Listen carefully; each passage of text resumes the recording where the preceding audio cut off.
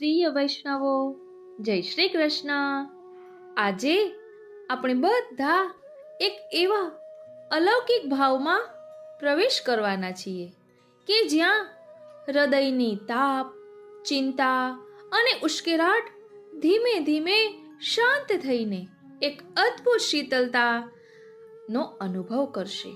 અને એ શીતળતા, એ શાંતિ, એ આનંદ શ્રી ઠાકોરજીના હૃદયની શીતળતા સ્વરૂપે પ્રગટ થયેલા બીજું કોઈ નહીં પણ શ્રી યમુનાજી છે। શ્રી મહાપ્રભુજીએ મધુરાષ્ટકમાં શ્રી યમુનાજીના મહિમાને ખૂબ સુંદર રીતે વર્ણવ્યો છે। યમુના મધુરા વીચી મધુરા સલિલમ મધુરમ કમલમ મધુરમ। શ્રી યમુનાજીનું જલ મધુર છે, શ્રી યમુનાજીના કમલ મધુર છે। મધુર એટલે શું? એટલે જે અંદર અને બહાર બંને રીતે મધુર હોય, સુંદર હોય, તત્સુખની જેનામાં ભાવના હોય, એટલે કહ્યું કે મધુર છે। એટલે શ્રી યમુનાજી બાહ્ય તાપનું નિવારણ તો કરે જ છે, પરંતુ આંતરિક તાપનું પણ નિવારણ કરે છે। પ્રભુ સાથે મિલન કરાવી આપનારા શ્રી યમુનાજી છે। ઉષ્ણકાલીન સેવામાં શ્રી યમુનાજીનું અલગ જ પ્રકારનું સ્થાન છે। દરરોજની સેવામાં તો શ્રી યમુનાજીના ઝારેજી ભરવામાં જ આવે છે, પરંતુ ઉષ્ણકાલીન સેવામાં તો અનેરો જ આનંદ છે। આપણે જલનો થાલ પધરાવીએ છીએ, તેમાં જલચર પધરાવીએ છીએ। આ બધું શ્રી યમુનાજીના ભાવથી જ છે। એટલે શ્રી યમુનાજી એ એવા મધુર છે કે એમની સાથે સંકળાયેલા દરેક તત્વ, દરેક સ્પંદન મધુરતાથી ભરપૂર થઈ જાય છે।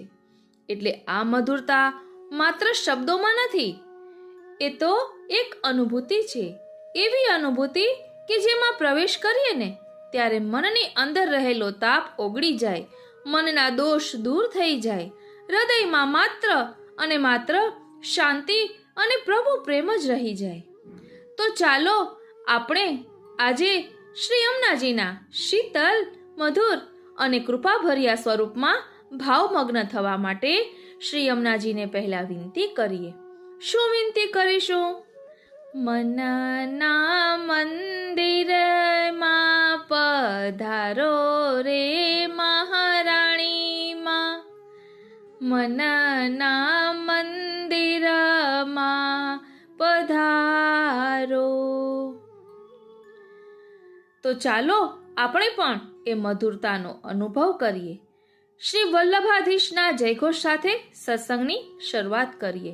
બોલો શ્રી વલ્લભાધીશ કી જય। શ્યામ સુંદર શ્રી યમને મહારાણી જુ કી જય। શ્રી ગિરિરાજ ધરણ કી જય। તો ચાલો આપણે અનુભવ કરીએ કે કેવી રીતે પ્રભુના હૃદયની શીતળતા રૂપે શ્રી યમુનાજી આપણા બધાના જીવનને પણ શાંત, પવિત્ર અને મધુર બનાવે છે। વાલા વૈષ્ણવો, જય શ્રી કૃષ્ણ। હું મનાતુરી આપ સર્વે વૈષ્ણવોનું આજના આ અલૌકિક સત્સંગમાં હાર્દિક સ્વાગત કરું છું। પ્રિય વૈષ્ણવો, આપણા શ્રી મહાપ્રભુજી મધુરાષ્ટકના 6ઠ્ઠા શ્લોકમાં વર્ણન કરતા કહે છે, ગુંજા મધુરા માલા મધુરા યમુના મધુરા વીચી મધુરા સલિલમ મધુરમ કમલમ મધુરમ મધુરાધિપતે રખિલમ મધુરમ। ગુંજા એટલે વનની ચણોઠી। પ્રભુએ ધારણ કરેલ ગુંજા મધુર છે, માલા મધુર છે। પછી કહ્યું યમુના મધુરા એટલે શ્રી યમુનાજી મધુર છે। શ્રી યમુનાજી તેમના આધિદૈવિક સ્વરૂપે પ્રભુના પટરાણી એટલે કે ઠકુરાણી છે। ચોથા નિર્ગુણ યુથના ગોપીજનોના સ્વામિનીજી છે। આ શ્રી યમુનાજી પ્રભુને અને ભક્તોને અતિશય પ્રિય છે, કેમ કે કૃપા સાગર શ્રી યમુનાજી હંમેશા પ્રભુથી વિખૂટા પડેલા જીવો પ્રભુ પાસે કેવી રીતે પાછા પહોંચે, એની સેવામાં સન્મુખ થાય તે વિશેના આયોજન કરવામાં જ રત અને મગ્ન રહે છે। માટે જ શ્રી યમુનાજીને વૈષ્ણવોના વિધાત્રી કહ્યા છે. ક્યાં જીવે, કેવી રીતે, ક્યારે, કોના થકી પ્રભુની સન્મુખ કરવા અને તે પછી પણ તે જીવના અલૌકિક જીવનનું સર્વ કંઈ આયોજન કરવાવાળા આપણા સૌના અલૌકિક મૈયા શ્રી યમુનાજી છે. ઓ શ્રીનાથજી, વારી જાઉં બલિહારી જાઉં અને શું કરી જાઉં. એટલે જ વૈષ્ણવો પણ શ્રી યમુનાજીના સંતાનો કહેવાય છે. આવા ભક્તિના દાતા અને પ્રભુના પણ સુખ અર્થે જ હંમેશા પરિશ્રમ લેતા શ્રી યમુનાજી પટરાણી મધુર જ હોય ને. અહીં વ્રજલીલામાં વિશેષ શ્રી યમુનાજીના આધિભૌતિક સ્વરૂપનું એટલે કે જલ સ્વરૂપનું અને શ્રી યમુનાજીના પુલિન, તટ વગેરેને મધુર કહ્યા છે. શ્રી યમુનાજીના કિનારો ગાયો માટે, ગોપ બાળકો માટે અને પ્રભુ સાથે વિહાર કરતા ગોપીજનો માટે અતિ સુખદાયક છે. ઉપરાંત પ્રભુને પ્રિય ભક્તરૂપ અનેક પક્ષીઓ અને પશુઓ માટે પણ તે આશ્રયરૂપ છે. પ્રભુના સુખ અર્થે અનેક પ્રકારના સુગંધી પુષ્પો, વન ઉપવન, રસમય ફળો અને ખટઋતુ હંમેશા ત્યાં પ્રકટ છે. પ્રભુ શ્રી યમુનાજીના કિનારે વિહાર કરતા ત્યાંની સુંદરતાનું વર્ણન કરતા કહે છે, મારા પ્રિય મિત્રો, યમુનાજીનો આ કિનારો અત્યંત સુંદર છે. અહીંની રેતી અતિ કોમલ છે. આપણને રમવા માટે અહીં બધી સામગ્રી તૈયાર છે. સુંદર સુંદર પક્ષીઓ કેટલા મધુર કલરવ કરી રહ્યા છે, જેના પ્રતિધ્વનિથી સુશોભિત વૃક્ષો આ સ્થળની શોભા વધારી રહ્યા છે. પ્રભુને પ્રિય આવા સુંદર પુલિન પર દિવસ અને રાત્રિની સર્વે લીલા પ્રભુ અહીં જ કરે છે. રાસની શરૂઆતમાં પ્રભુ ગોપીજનો સાથે વિહાર કરતા યમુના કિનારે પધારે છે. ત્યારે શ્રી સુખદેવજી વર્ણન કરે છે, શ્રી યમુનાજીના પવિત્ર તટ પર પ્રભુએ ગોપીજનો સાથે પદાર્પણ કર્યું. તે કિનારો શ્રી યમુનાજીના ચપળ તરંગોના સ્પર્શથી શીતળ અને ચંદ્ર વિકસિત કમળોથી સુગંધિત સુવાસિત થઈ રહ્યો હતો. તે આનંદદાયક યમુનાજીના તટ પર ભગવાન ગોપીઓ સાથે વિહાર કરવા લાગ્યા. આ રીતે શ્રી યમુનાજીના પુલિન પર જ પ્રભુ ગોપીઓ સાથે વિહાર કરીને અંતર્ધ્યાન લીલા કરી પાછા શ્રી યમુનાજીના કિનારે જ પ્રકટ થઈને મહારાસ ખેલ્યા છે. તે પછી જલવિહાર કરીને પ્રભુ પાછા યમુના તટ પર પધાર્યા. ત્યાંનું વર્ણન કરતા કહે છે કે ભગવાન શ્રી કૃષ્ણ વ્રજ યુવતીઓ અને ભ્રમર વૃંદથી ઘેરાયેલા યમુના તટના ઉપવનમાં પધાર્યા. તે અત્યંત રમણીય ઉપવન હતું. તેની ચારે બાજુ જલ અને સ્થળમાં અતિ સુંદર સુગંધિત પુષ્પો ખીલેલા હતા. એમની સુગંધ લઈને મંદ મંદ વાયુ વહી રહ્યો હતો. ત્યાં પ્રભુએ વિહાર કર્યો. આ રીતે પ્રભુના રમણ અર્થે, પ્રભુની પ્રિય ગાયોના સુખ અર્થે વિશાળ લીલા મેદાનો પ્રકટ કરીને અને તેમના નિજ પરિકર માટે વિશાળ છાયાવાળા વૃક્ષો, પુષ્પો, કોમળ રેતી અને ગ્રીષ્મ તથા વર્ષાઋતુ માટે તૈયાર કરેલા ગાઢ ઉપવનો, આ સર્વે લીલા સામગ્રીઓ માટે સાથે શ્રી યમુનાજી મધુર છે. બોલો શ્યામ સુંદર શ્રી યમને મહારાણી જો કે જય. હવે આગળ વર્ણન કરતા કહે છે કે વીચી મધુરા એટલે શ્રી યમુનાજીના જલના તરંગો મધુર છે. શ્રી યમુનાજીની વિશાળ જલધારામાં પ્રવાહના વેગને કારણે, વાયુને કારણે અને જલવિહારને કારણે જે તરંગો ઉઠે છે તે પણ વ્રજ પરિકરોના સુખાર્થે છે અને લીલાત્મક છે, માટે તે મધુર છે. યમુના કિનારે બેઠેલા ગોપીજનો તેમની રસમય દ્રષ્ટિથી તે તરંગોના દર્શન કરી રસાત્મક વર્ણન કરે છે કે હે સખીઓ, જ્યારે આપણે નંદનંદન શ્રી કૃષ્ણને આલિંગન કરીએ છીએ ત્યારે આપણા હાથ ધ્રુજે છે. પછી તેના આલિંગનને કારણે આપણે જળ જેવા થઈને સ્થિર ભાવને કારણે આપણો હાથ હલાવી શકતા નથી. નંદનંદનના આલિંગનથી આપણી જે દશા થાય છે ને, તે જ સ્થિતિ આ નદીની થઈ છે. તે પણ પહેલા પ્રેમવશ થઈ ધ્રુજવા લાગે છે. 2-4 વખત પ્રેમથી કંપિત તરંગરૂપી પોતાની ભુજાઓને ઉઠાવે છે, પરંતુ પછી વિવશ થઈને સ્થિર થઈ જાય છે. આપણી જેમ પ્રેમના આવેશથી સ્તંભી જાય છે. પ્રભુ અસંખ્ય ગોપીજનો સાથે મહારાસ માટે યમુના કિનારે પધાર્યા. ત્યારે શ્રી સુખદેવજી સુંદર વર્ણન કરી રહ્યા છે કે શ્રી યમુનાજીએ જ પોતાના તરંગરૂપી કરકમલથી અતિ કોમળ વાલુકા રેતી પાથરીને મહારાસ માટે રંગમંચ તૈયાર કરી લીધો. અહીં શ્રી યમુનાજી પ્રભુના કોમલ ચરણને રાસ નૃત્ય માટે પરિશ્રમ ન પડે તેનો વિચાર કરીને જલના તરંગોના વેગથી જળની કોમળ વાલુકા કિનારા ઉપર બિછાવે છે તેવું દર્શાવે છે. આમ શ્રી યમુનાજીના તરંગો પ્રભુની સેવા માટે કેવા આતુર હોય છે તેનું વર્ણન કરે છે. ક્યારેક યમુના કિનારે વિહાર કરતા શ્રી કૃષ્ણના દર્શન કરી પ્રસન્ન થઈ તે ઉછળતા તરંગો કિનારે પહોંચી જાય છે કે જાણે ચરણ સ્પર્શ કરવા આતુર હોય.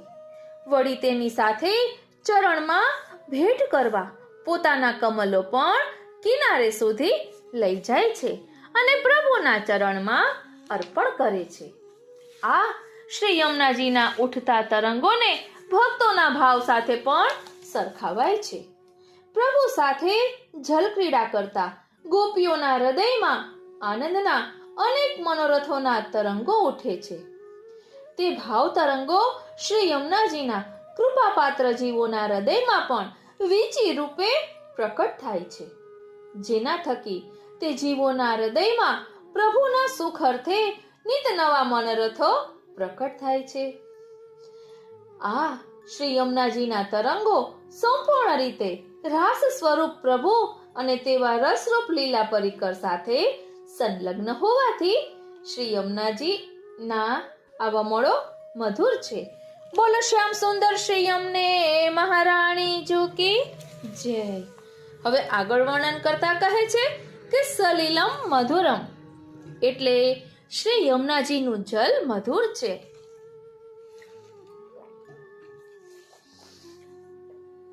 શ્રી યમુનાજીના જલનું પ્રાકટ્ય ગોલોકધામમાં અતિ રસમય રીતે થયેલું છે.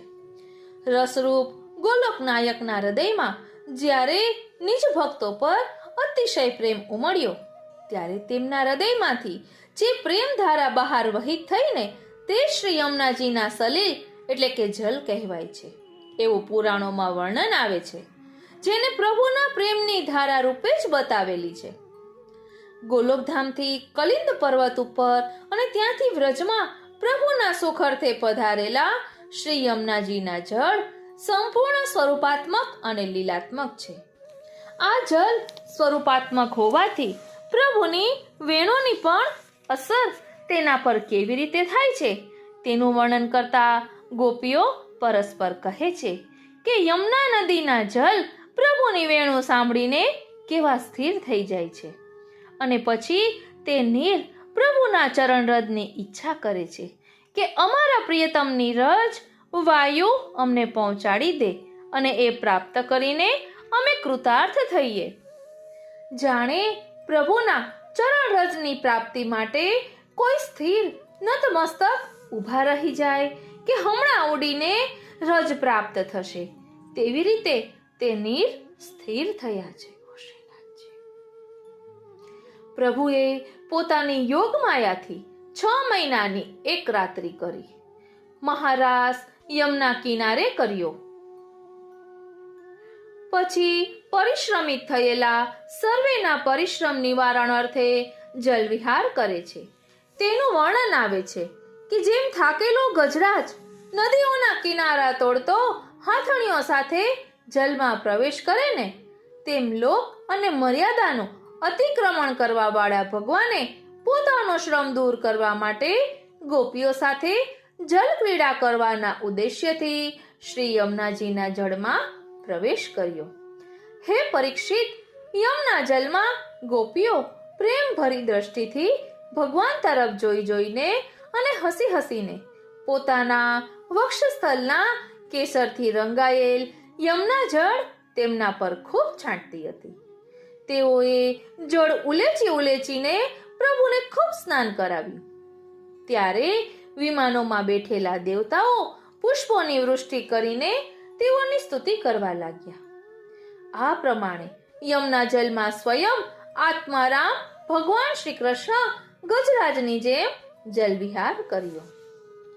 યમુનાજીના મધુર અને વિશાળ જળરાશિને કારણે વ્રજમાં સંપૂર્ણ હરિયાળી, લીલા લીલા ઘાસના વિશાળ તટો, વૃક્ષો, પુષ્પો અને ધન ધાન્યથી ભરપૂર વ્રજ થયું હતું. હુષ્ટપુષ્ટ વ્રજવાસીઓ અને ગાયો ઉપરાંત યમુના કિનારે મોર, હંસ, શુક વગેરે અનેક પક્ષીઓના થતા પોષણને કારણે વ્રજની સુખ, સમૃદ્ધિ અને સુંદરતા વધી હતી. આ રીતે પ્રભુના હૃદયના પ્રેમ પ્રવાહ રૂપ શ્રી યમુના જળ દિવ્ય તો છે જ, એ ઉપરાંત આ જળ પ્રભુના અને તેમના પરિકરના સંપૂર્ણ અંગસંગથી અને પરિશ્રમ બિંદુથી લીલાત્મક પણ થયા. તે શ્રી યમુનાજીના સલીલ એટલે કે જળ મધુર છે. બોલો શ્યામ સુંદર શ્રી યમને મહારાણી જી કી જય. હવે આગળ વર્ણન કરતા કહે છે કમલમ મધુરમ, એટલે શ્રી યમુનાજીના કમલ મધુર છે. કમળ પોતાની સુંદરતા, સુગંધ અને રસમય ગુણોને કારણે પુષ્પોમાં શ્રેષ્ઠ કહેવાય છે. એમનું ધાર્મિક મહાત્મ્ય પણ ઘણું છે. નારાયણની નાભીમાંથી પ્રકટ થયેલ કમળ પ્રભુના શ્રીઅંગ સાથે જોડાય. પુષ્પોમાં તે સૌથી પ્રથમ પુષ્પ કહેવાય અને ત્યારબાદ પણ ઘણા દેવી દેવતાઓ સાથે કમળ જોડાયેલું છે. બ્રહ્માજી કમલ પર બિરાજે, વિદ્યાના દેવી સરસ્વતી શ્વેત કમલ પર બિરાજે, લક્ષ્મીજી પણ કમલ સાથે પ્રકટ થયા, તેથી કમલા અને પદ્મજા કહેવાય છે. દેવી દેવતાઓને કમળ પસંદ હોવાથી એમની પૂજા અર્ચનામાં પણ કમળની વિશેષતા છે. કમળ સાથે ઘણા પૌરાણિક પ્રસંગો પણ જોડાયેલા છે. બ્રહ્માજીની પૂજા સફેદ કમળથી, વિષ્ણુની પૂજા નીલકમલથી અને શિવજીની પૂજા લાલ કમળથી થાય છે. સામાન્યતઃ કમલ અપવિત્ર જળમાં પણ ખૂબ સુંદર અને સ્વચ્છ રીતે પ્રકટ થાય છે. તેથી દુસંગના વાતાવરણમાં પણ સાત્વિક જીવોએ પ્રભુલાયક, સ્વચ્છ અને પવિત્ર રહીને પ્રભુને સમર્પિત થવું તે માટેના ઉદાહરણ કમળ થકી અપાય છે, જેને જલ કમલવત વ્યક્તિત્વની ઉપમા અપાય છે. જળ કમળવત જીવન કેવી રીતે જીવવું તે આપણા શ્રી હરિરાય મહાપ્રભુજીએ શિક્ષાપત્રમાં ખૂબ સુંદર રીતે વર્ણવ્યું છે. ઓ શ્રીનાથજી. આ રીતે હિન્દુ ધર્મમાં કમળનું એક અનેરું સ્થાન છે, પરંતુ અહીં કમળને મધુર કહે છે. પ્રભુ શ્રી કૃષ્ણ સાથે કમળ એટલું જોડાયેલું છે કે તેમના શ્રી અંગના વર્ણનમાં પણ હસ્તકમળ, નેત્રકમળ, ચરણકમળ, મુખકમલ, નાભિકમલ, સર્વાંગ કમલ સાથે સરખાવવામાં આવે છે અને કમલની સૌરભ, સુંદરતા, સ્નિગ્ધતા વગેરે ગુણોથી તેને પ્રભુ સાથે સરખાવાય છે. કમળની અતિ કોમળતાને કારણે પ્રભુના હૃદયને પણ હૃદય કમલ જ કહેવાય છે. પ્રભુ શ્રી કૃષ્ણને પણ કમળ અતિ પ્રિય હોવાથી પોતાના નિજ વિહાર વ્રજભૂમિ પણ કમળના આકારની જ પ્રકટ કરી. 84 કોષની વ્રજભૂમિમાં એક એક કોષ એક એક કમળની પાંખડીના આકારનો છે. તેથી જ વ્રજનો ભૌગોલિક નકશો પણ કમળના આકારનો જ બને છે.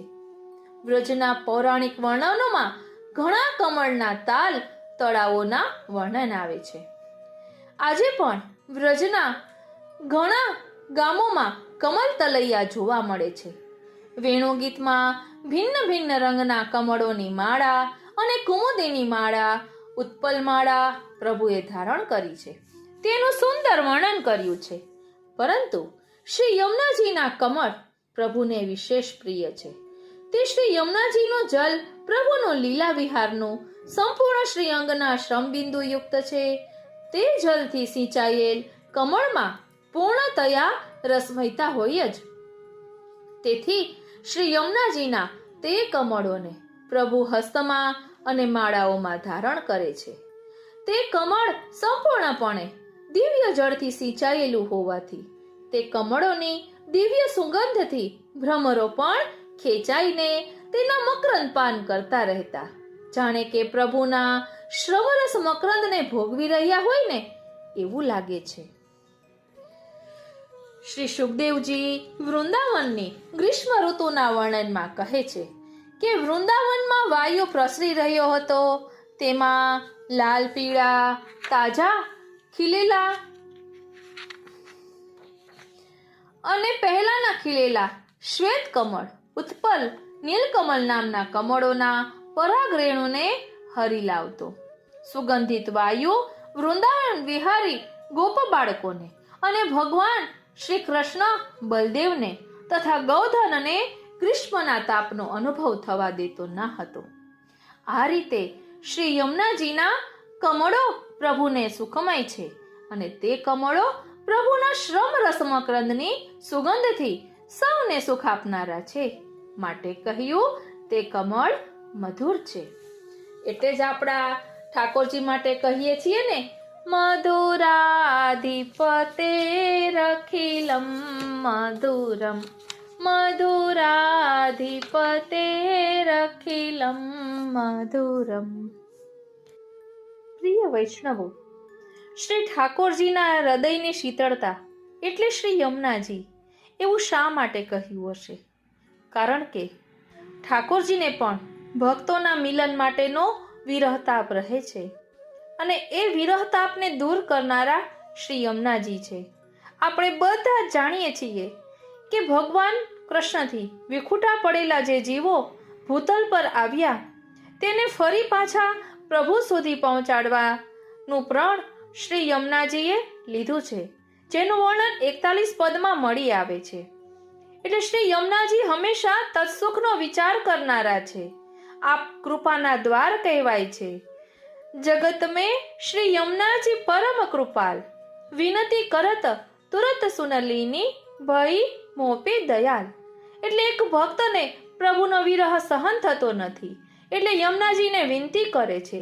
વિનંતી કરતાની સાથે શ્રી યમુનાજી તરત સાંભળી લે છે અને પ્રભુ સાથે મિલન કરાવી આપે છે. આવા શ્રી યમુનાજી ભક્ત અને ભગવાન બંનેને શીતળતા પ્રદાન કરનારા છે. એટલે જ કહ્યું કે શ્રી ઠાકોરજીના હૃદયની શીતળતા એટલે શ્રી યમુનાજી. તો ચાલો આવા કૃપાના દ્વાર શ્રી યમુનાજીના ત્રિવિધ સ્વરૂપને સમજવાનો રંચક પ્રયાસ કરીએ. બોલો શ્યામ સુંદર શ્રી યમને મહારાણી કી જય. પ્રિય વૈષ્ણવો, જય શ્રી કૃષ્ણ.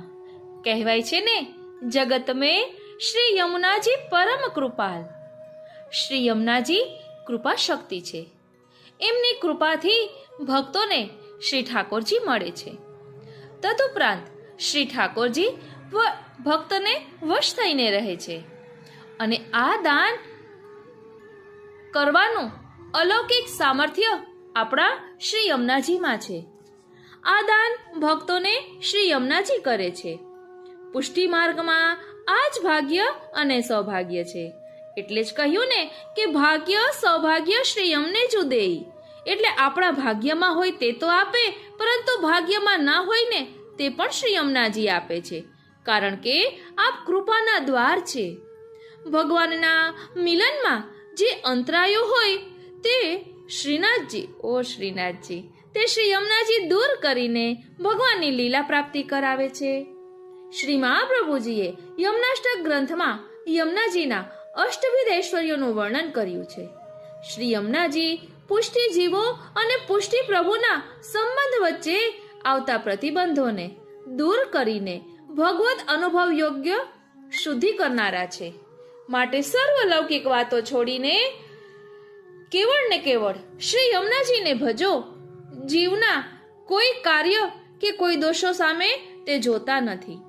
શ્રી યમુનાજી આવા કૃપાળુ છે, એટલે જ કહ્યું છે, જગત મેં શ્રી યમુનાજી પરમ કૃપાલ, વિનતી કરત તુરત સુનલીની, ભઈ મોપે દયાલ.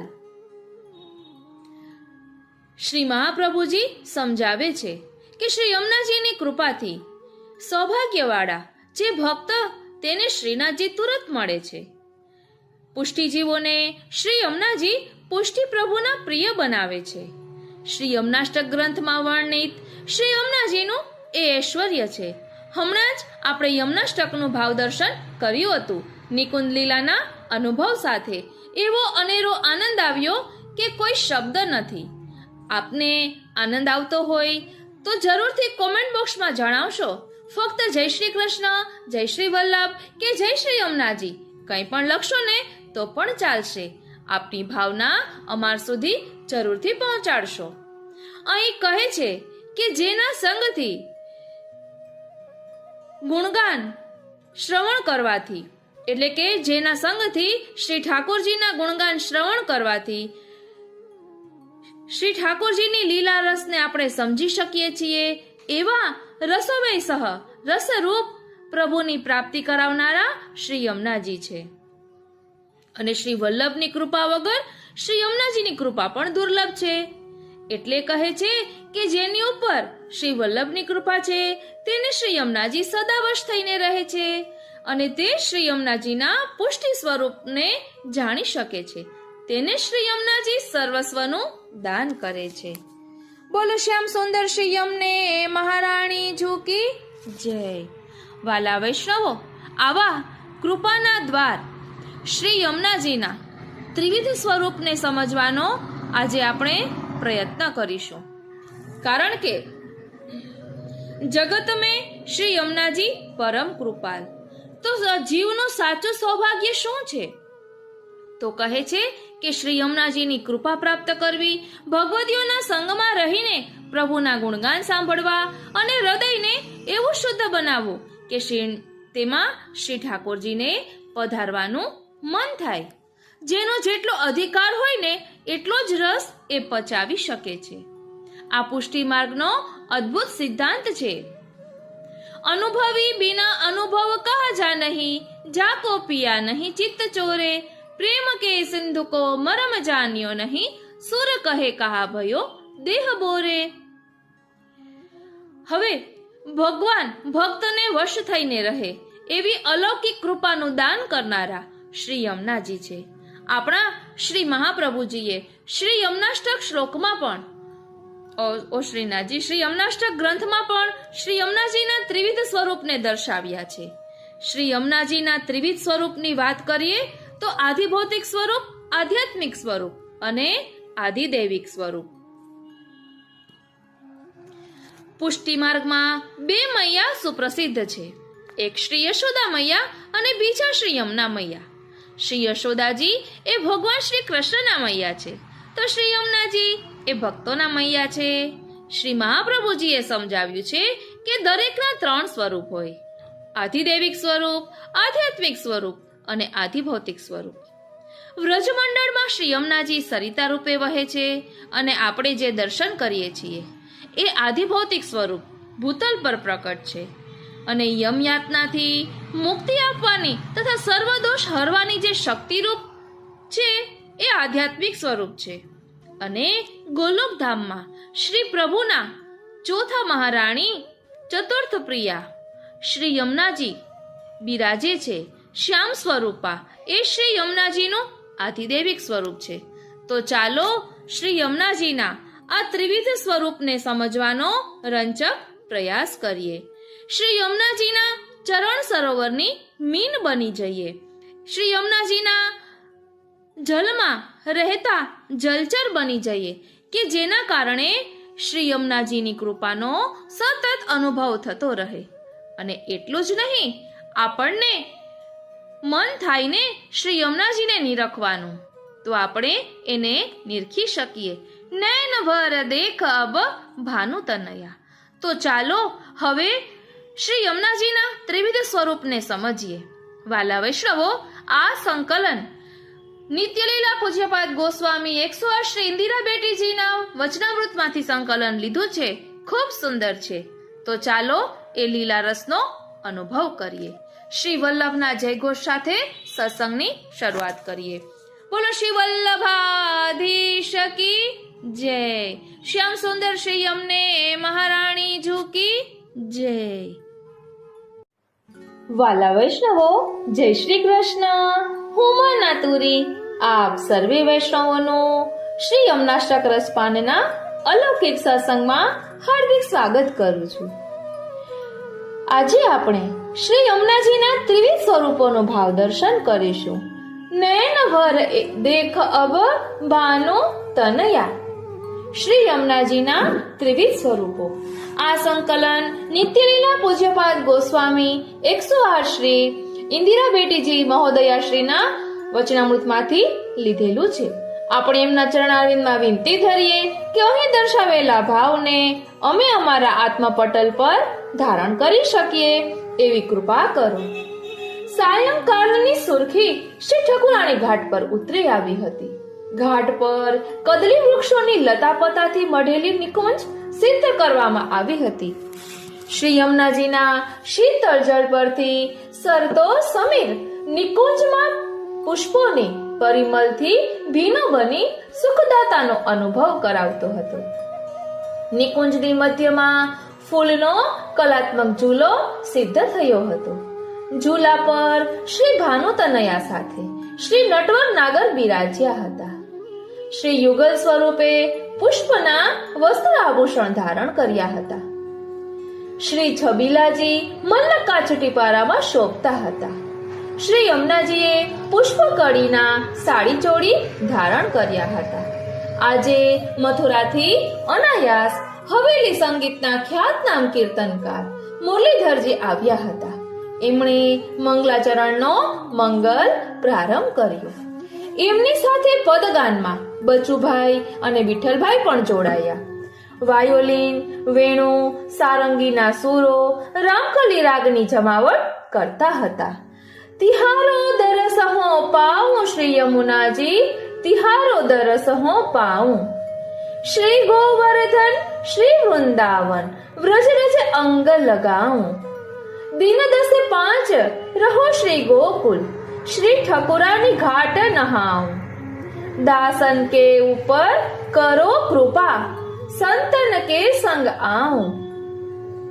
શ્રી મુરલીધરજીની મીઠી વ્રજવાણીમાં શ્રી યમુનાજીના દર્શનનો વિરહ ઘૂંટાતો હતો. સૌ પદગાનમાં ભાવવિભોર બની ગયા હતા. વેણુભાભીની બંધ આંખોમાંથી પણ વિરહના અશ્રુકણ સરવા લાગ્યા. વિરહ જલથી ધોવાયેલા આંતરચક્ષુઓને શ્રી મહારાણીજીની મધુર ઝાંખી થઈ હોય તેમ એમના હોઠ ગાવા લાગ્યા. નૈન ભર દેખયા બવાનો તાનયા, નૈન ભર દેખયા બવાનો તાનયા. કેલી પ્રિય સો કરે ભ્રમરતા વહી પરે, શ્રમ જલ ભરતયાનંદ મનાયા. ચલત ટેઢી હોય લેત પિય કો મોહી, ઈન બિના રહત નહીં એક જીનયા. રસિક પ્રીતમ રાસ કરત શ્રી યમુના પાસ, માનો નિર્ધનાન કી હે જુદાનયા. માનો નિર્ધનાન કી હે જુદાનયા. માનો નિર્ધનાન કી હે જુદાનયા. વેણુભાભીના ભાવ ગંભીર કંઠથી નયનભર દેખય ભાનો તનયાનું આવર્તન થતું રહ્યું. જાણે સૌ શ્રી યમુનાજીની ઝાંખી કરતા રહ્યા. આ ભાવસભર વાતાવરણમાં દિનેશભાઈએ મંગલાચરણ કર્યું. અંકલ, કાલે શ્રી યમુનાજીના નામો જાણ્યા પછી મનમાં પ્રશ્નોનો એક મહાસાગર જાગ્યો છે. શ્રી કૃષ્ણ મથુરામાં પ્રકટ્યા, વસુદેવ દેવકી એમના માતા પિતા બન્યા, એમ શ્રી યમુનાજી ક્યાં પ્રકટ્યા હશે? એમના માતા પિતા કોણ છે? એ જલરૂપ કેમ થયા? એ સ્ત્રી રૂપ છે તો વસ્ત્ર શ્રીજી બાવાના કેમ ધારણ કરે છે? સાડી ચોળી કેમ પહેરતા નથી? એમનું રૂપ સ્વરૂપ કેવું હશે? માનસી, તે તો મશીન ગનની જેમ એક સામટો પ્રશ્નનો મારો ચલાવી દીધો ને. શું કરું સ્મિતા આંટી? કાલ રાતથી આ પ્રશ્નો મારા મનમાં રમી રહ્યા છે. એમાં આજે શ્રી યમુનાજીના સ્વરૂપ વર્ણનનો પદ સાંભળ્યા પછી તો ધીરજ જ ખૂટી ગઈ છે. દીકરી, પ્રશ્નો જાગવાને એ પ્રભુની કૃપાનું કારણ છે. કાલે શ્રી યમુનાજીના નામનો વિચાર કર્યો, આજે શ્રી યમુનાના રૂપનો વિચાર કરીએ. આજનો વિષય વધુ ધ્યાનથી સાંભળવા ને સમજવા જેવો છે. અત્યારે સાયંકાળે આપણો પશ્ચિમ દિશામાં આથમતો સૂર્ય જોઈએ છીએ. એ સૂર્ય શું છે જાણો છો? અતિ પ્રકાશિત સળગતો અગ્નિનો ગોળો, પૃથ્વીથી અનેક ગણો મોટો ગોળો. શાબાશ બેટા, આપણી આંખે દેખાય છે એ અગનગોળો સૂર્યનું ભૌતિક સ્વરૂપ છે. આ સૂર્યનો આપણને કેવી રીતે અનુભવ થાય છે? એના કિરણો દ્વારા એના પ્રકાશ અને ગરમીનો અનુભવ થાય છે. તદ્દન સાચું. સૂર્ય અને સૂર્યકિરણો એક કે જુદા? જવાબ આપવો જોઈએ. સૂર્ય દેખાય છે, સૂર્યકિરણો દેખાય છે ખરી? ના ના, એ તો અનુભવાય છે. જેમ આપણા શરીરમાં રહેલા આત્માને આપણે જોઈ શકતા નથી, પણ તેના ચેતનનો અનુભવ કરી શકીએ છીએ. બરાબર. વ્યક્તિ કે પદાર્થના આ શક્તિ સામર્થ્ય એનું આધ્યાત્મિક સ્વરૂપ છે. તેમાં કોણાર્ક કે મોઢેરા ગયા હશો, ત્યાંના મંદિરોમાં તમને સૂર્યદેવની મૂર્તિ જોવા મળશે. સાકાર સ્વરૂપનું ચિત્ર કે મૂર્તિ બને. આથી એમ સમજાય કે અગનગોળા રૂપે આપણી આંખે દેખાતા સૂર્યનું દેવ સ્વરૂપ પણ છે, જેમના ભક્તોને દર્શન આપે છે. સૂર્યદેવનું આ સ્વરૂપ, દિવ્ય સ્વરૂપ, એ એમનું આધિદેવિક સ્વરૂપ કહેવાય. અંકલ, દુનિયાના બધા જળ ચેતન પદાર્થોના આવા 3 સ્વરૂપો હોય છે. આપણા પણ? હા હા, આપણું આ દેખાતું શરીર આપણું ભૌતિક સ્વરૂપ, એમાં રહેલી વૈષ્ણવતાની શક્તિ આપણું આધ્યાત્મિક સ્વરૂપ, અને શ્રી ઠાકોરજીની નિત્ય લીલામાં આપણું જે સ્વરૂપ છે ને, તે આપણું આધિદેવિક સ્વરૂપ છે. આ વાત સમજમાં આવી?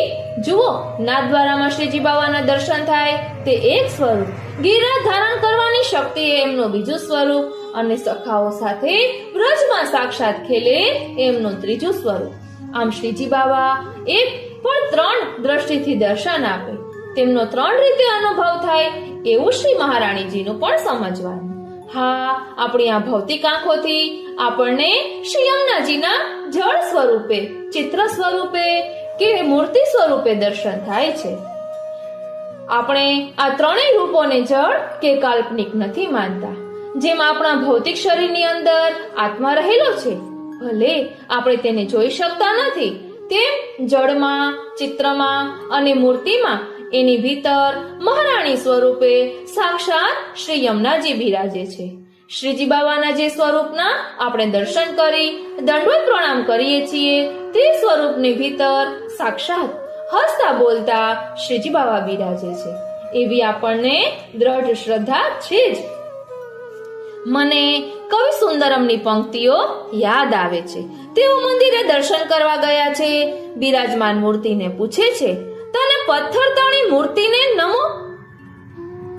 નહીં, શ્રદ્ધાર્થના આસનને નમો, હું નમો. આમ આપણી ભૌતિક આંખોથી દર્શન થતા સ્વરૂપની અંદર એમના અન્ય 2 સ્વરૂપો બિરાજમાન હોવાથી આપણે તેમના સેવા સ્મરણ કરીએ છીએ, દર્શન દંડવત પ્રણામ કરીએ છીએ, ખરું ને? ચોક્કસ. શ્રી યમુનાજી મથુરામાં વિશ્રામ ઘાટે અને અહીં શ્રી ગોકુલમાં ગોવિંદ ઘાટ, ઠકુરાણી ઘાટે તથા વ્રજમંડળમાં જલ સ્વરૂપે સૌને દર્શન આપતા બિરાજ્યા છે. શ્રી યમુનાજીનું પૈપાન કરવાથી દુષ્ટમાં દુષ્ટ જીવને પણ યમયાતના ભોગવવી પડતી નથી. શ્રી મહાપ્રભુજી આ વાત સ્વયં બતાવે છે. ન જાતુ યમયાતના ભવતી તે પયપાનત. આ યમુનાજીનું અલૌકિક સામર્થ્ય છે, શક્તિ છે, તે તેમનું તીર્થ સ્વરૂપ કહેવાય. શ્રી યમુનાજીનું આવું તીર્થ સ્વરૂપ પણ મથુરા વ્રજમંડળમાં જળ સ્વરૂપની ભીતર બિરાજે છે. તે તેમનું આધ્યાત્મિક સ્વરૂપ છે. ભાઈ, આપણે ત્યાં એમ કહેવાય છે કે તીર્થ ક્ષેત્રની યાત્રા કરવા ગયા તો તીર્થક્ષેત્ર એટલે શું? એ જળ પવિત્ર હોય. જે જળ પવિત્ર હોય તેને તીર્થ કહેવાય. જ્યાંના પવિત્ર જલાશયોનો મહિમા વધારે હોય તે સ્થળને તીર્થ કહેવાય. જે ભૂમિ પવિત્ર હોય તેને ક્ષેત્ર કહેવાય. જ્યાં ભૂમિની પવિત્રતા વધારે હોય તે સ્થળ ક્ષેત્ર કહેવાય. જ્યાં જળ અને ભૂમિ બંને પવિત્ર હોય તે સ્થળને તીર્થક્ષેત્ર કહેવાય. જેમ કે અહીં શ્રી ગોકુલમાં જળ અને ભૂમિ બંને પવિત્ર છે, તેથી ગોકુળ તીર્થક્ષેત્ર કહેવાય. હવે શ્રી યમુનાજીનું ત્રીજું સ્વરૂપ સમજાવો ને. શ્રી યમુનાજીનું ત્રીજું સ્વરૂપ તે શ્રી સ્વામિનીજીનું સ્વરૂપ છે. શ્રી મહારાણી સ્વરૂપ છે. 16 વર્ષના નવ યૌવના સ્વરૂપે નિત્ય લીલામાં સદા બિરાજમાન સ્વરૂપ, જે સ્વરૂપે પોતાના જળ સ્વરૂપની ભીતર પણ હંમેશા બિરાજે છે અને જેમના પર કૃપા કરે તેમને આ આધિદેવિક સ્વરૂપે દર્શન આપે છે. અંકલ, હું ફરીથી કહી જાઉં, શ્રી યમુનાજી જળ સ્વરૂપે, તીર્થ સ્વરૂપે અને સ્વામીની સ્વરૂપે બિરાજે છે. જળ અને સ્વામીની સ્વરૂપના દર્શન થાય, તીર્થ સ્વરૂપના દર્શન ન થાય, અનુભવ થાય. બરાબર ને? હા, આ ત્રણેય સ્વરૂપના યશોગાન આપણા ભગવદીય કવોઈઓએ ગાયા છે. આજ્ઞા હોય તો રજૂ કરું, એમ બચુભાઈએ કહ્યું. તો કહે જરૂર સંભળાવો. સાંભળો, રાગ વિભાસમાં હરિદાસજી ગાય છે. શ્રી યમુનાજી નિરખ સુખ ઉપજત, સન્મુખ વૃંદા વિપિન સુહાય, શ્રી વિશ્રાંત શ્રી વલ્લભ જુકી બેઠક. निर्मल जल यमुना के नहाए, भुज तरंग सोहत अति नीके, भवर कंकण सुहाए. ब्रजपति केली कहा कवि बरने, शेष सहस्र मुख पार न पाए. रवि मंडल द्वारा होय प्रकट, गिरि कलिंद सिर ते व्रजधाय. हरिदास प्रभु शोभा निरखत, मन कर्म वचन इनके गुण गाय. આ પદમાં શ્રી યમુનાજીના જળ સ્વરૂપનું ગાન છે. શ્રી યમુના જળ સામાન્ય નદીઓના જળ જેવું નથી. એ જળ દિવ્ય રસરૂપ છે. કારણ રાસલીલા પછી શ્રી પ્રભુએ વ્રજભક્તો સાથે જલ વિહાર કર્યો ત્યારે તેમના ઘનીભૂત રસાત્મક સ્વરૂપ દ્રવીભૂત થતા એ સ્વરૂપોનો દિવ્ય રસ આ જળમાં સંમિલિત થયો. શ્રી મહાપ્રભુજીએ આ જળને સ્વર્ણશ્રમ જલ કહ્યું છે. આ જળની અલૌકિકતાનો સૌને અનુભવ છે. ગમે તેટલા વર્ષો થાય પણ આ જળ બગડતું નથી. આ જળ સ્વરૂપે દેખાય છે પણ તેના બુંદ બુંદમાં સાક્ષાત શ્રી મહારાણીજી બિરાજે છે. આ ભાવ શ્રી સુરદાસજીએ તેમના એક પદમાં આ પ્રમાણે સમજાવ્યું છે. પ્રેમ કે સિંધુ કો મરમ જાન્યો નહીં, સુર કહે કહા ભયો દેહ બોરે. અર્થાત પ્રેમ સાગર, પ્રેમ રસ સાગર શ્રી યમુનાજીના સ્વરૂપને સમજ્યા વિના તેમને સામાન્ય જળ રૂપે જાણી તેમાં સ્નાન કરે છે તેઓને કોઈ અલૌકિક અનુભવ થતો નથી. માટે શ્રી સુરદાસજી કહે છે કે ફલ ફલિત હોય ફલે રૂપ જાણે. ભાઈ, શ્રી યમુનાજીનું સ્વરૂપ જાણતા એક પ્રશ્ન થાય છે કે આપણાથી શ્રી યમુનાજીમાં સ્નાન થાય? ઘણા કહે છે થાય અને ઘણા કહે છે કે ન થાય. તો આમાં કરવું શું? શાસ્ત્રોએ તીર્થરૂપ શ્રી યમુનાજીના મહાત્મ્યનું નિરૂપણ કરતા એમ કહ્યું કે ગંગાજીમાં સ્નાન કરવાથી અને યમુનાજીના પાન કરવાથી જીવ માત્રના સર્વ પાપો નાશ પામે છે. શ્રી મહાપ્રભુજીએ પણ શ્રી યમુના પાનનો જ મહિમા વર્ણવ્યો છે, સ્નાનનો નહીં. શ્રી યમુનાજીમાં બે ભગવદીઓએ કદી સ્નાન નથી કર્યું. એમના વાર્તા પ્રસંગ પરથી એમના મનનું કારણ સમજાય છે. શ્રી યમુનાજીનું જળ એ કેવળ જળ નથી પણ જળ રૂપે બિરાજમાન સાક્ષાત શ્રી યમુના મહારાણીજી છે. એ અલૌકિક સ્વરૂપા શ્રી મહારાણીજીને આપણો પગ કેવી રીતે અડકાળાય? લોહી, માંસ, ચામનું આ અશુદ્ધ શરીર છે, તેનો સ્પર્શ વિશુદ્ધ અલૌકિક રસ સ્વરૂપા શ્રી યમુનાજીને કેવી રીતે કરાવાય? માટે એ માતાનું પૈપાન જ કરાય. આથી શ્રી સુરદાસજીએ કહ્યું કહા ભયો દેહ બોરે. તો કેટલાક વૈષ્ણવ શુદ્ધ રીતે સ્નાન કર્યા પછી શ્રી યમુના સ્નાન કરતા એવો ભાવ સેવે છે કે શ્રી યમુનાજી અમારા માતા છે, માની ગોદમાં બેસવાનો બાળકનો અધિકાર છે. જે જીવો કેવળ મહાત્મી છે એવા જીવો પાપ મુક્ત થવાના સ્વાર્થથી પ્રેરાઈને ભાઈ બીજે શ્રી યમુના સ્નાન કરવા દોડે છે. સૌને સૌના ભાવ પ્રમાણે શ્રી યમુનાજી અપનાવે છે. અંકલ, તમે કહ્યું કે 2 ભગવતીઓએ શ્રી યમુનાજીમાં કદી પણ સ્નાન નથી કર્યું, તો એ કોણ? એમની વાર્તા કહો ને.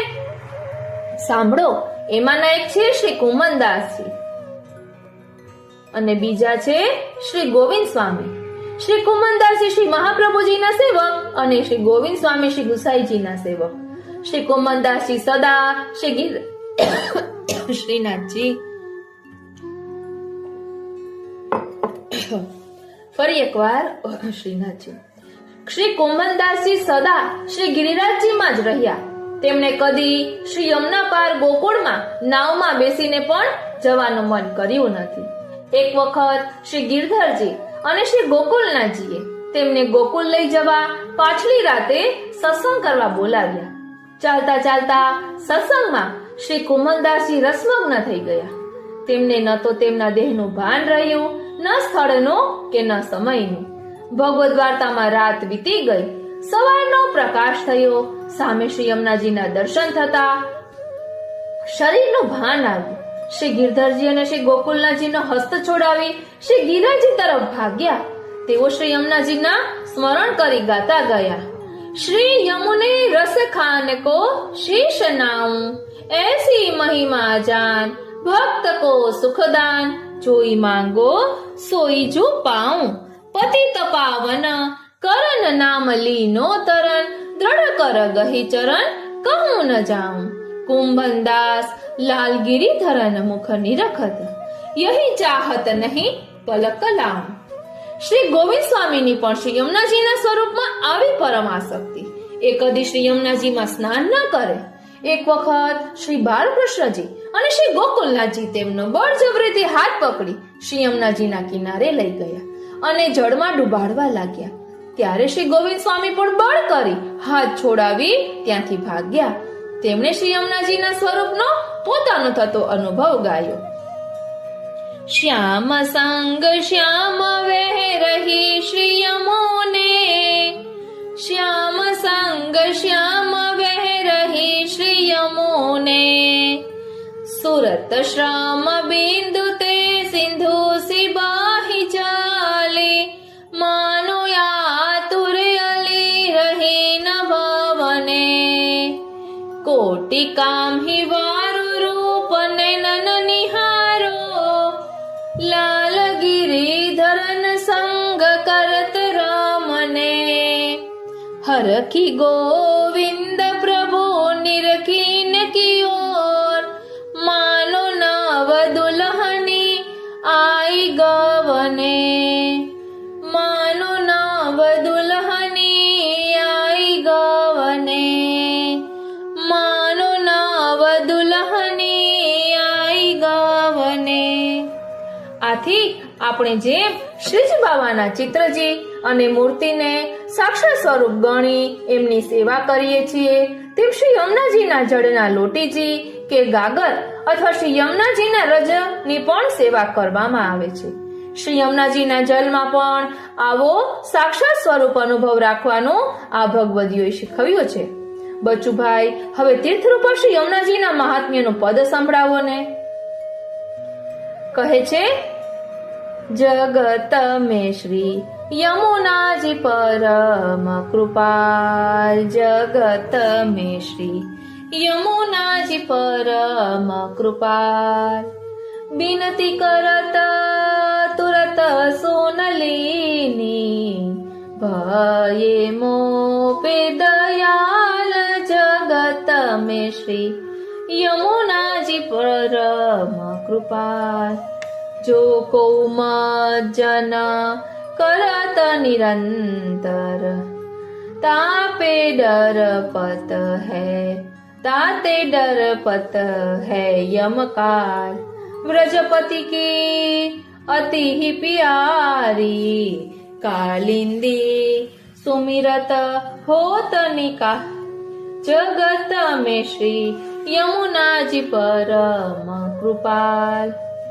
શ્રી સુરદાસજીએ પદમાં કહ્યું છે કે શ્રી યમુનાજી બલવાન, શ્રી યમુનાજી બલવાન, બ્રહ્મા જાકો ધ્યાન ધરત હૈ, પંડિત વાંચત વેદ પુરાણ, એટલે પંડિત વાંચત વેદ પુરાણ, જોગી જતી સતી સંન્યાસી મગ્ન ભયે તિહારે ગુણગાન.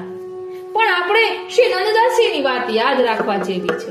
આપણે તો પુષ્ટિ સ્વરૂપા શ્રી યમુનાજીને સેવવાના છે. યમ યાતનામાંથી છોડાવનાર મર્યાદા તીર્થ સ્વરૂપાને નહીં. પુષ્ટિ સ્વરૂપા શ્રી યમુનાજી પ્રાપ્ત થઈ જાય તો તેમની કૃપાથી શ્રી પ્રભુ પ્રાપ્ત થાય. પછી તો એ ભક્તને મોક્ષ પણ નિરર્થક લાગે છે. ત્યાં તેને યમ યાતનાનો તો ડર જ ક્યાંથી હોય.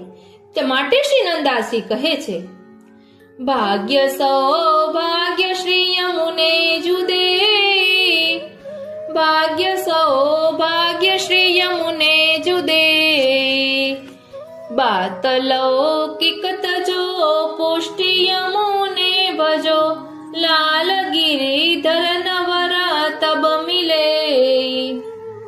અને શ્રી પરમાનંદાસી ગાય છે, યમુના યમુના ગોપાલ હી ભાવે, યમુના યમુના કો નામ ઉચ્ચારત ધર્મરાજ તાકી ન ચલાવે, જે યમુના કો જાન મહાતમ વારંવાર પ્રણામ કરે, તે અવગાહન મજ્જન ચિંતત તાપતન કે હરે.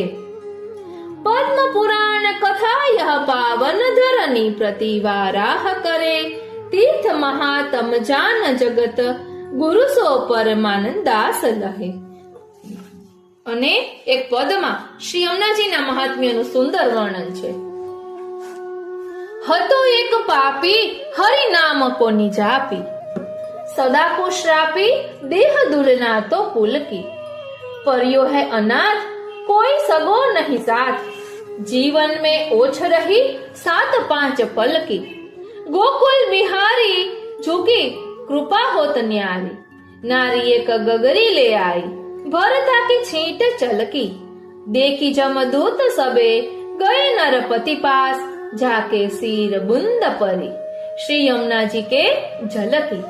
શ્રી કૃષ્ણના તોર્ય પ્રિયા શ્રી યમુના મહારાણીજીનું ગાન તો પુષ્ટિ ભક્તોએ પેટ ભરીને કર્યું છે.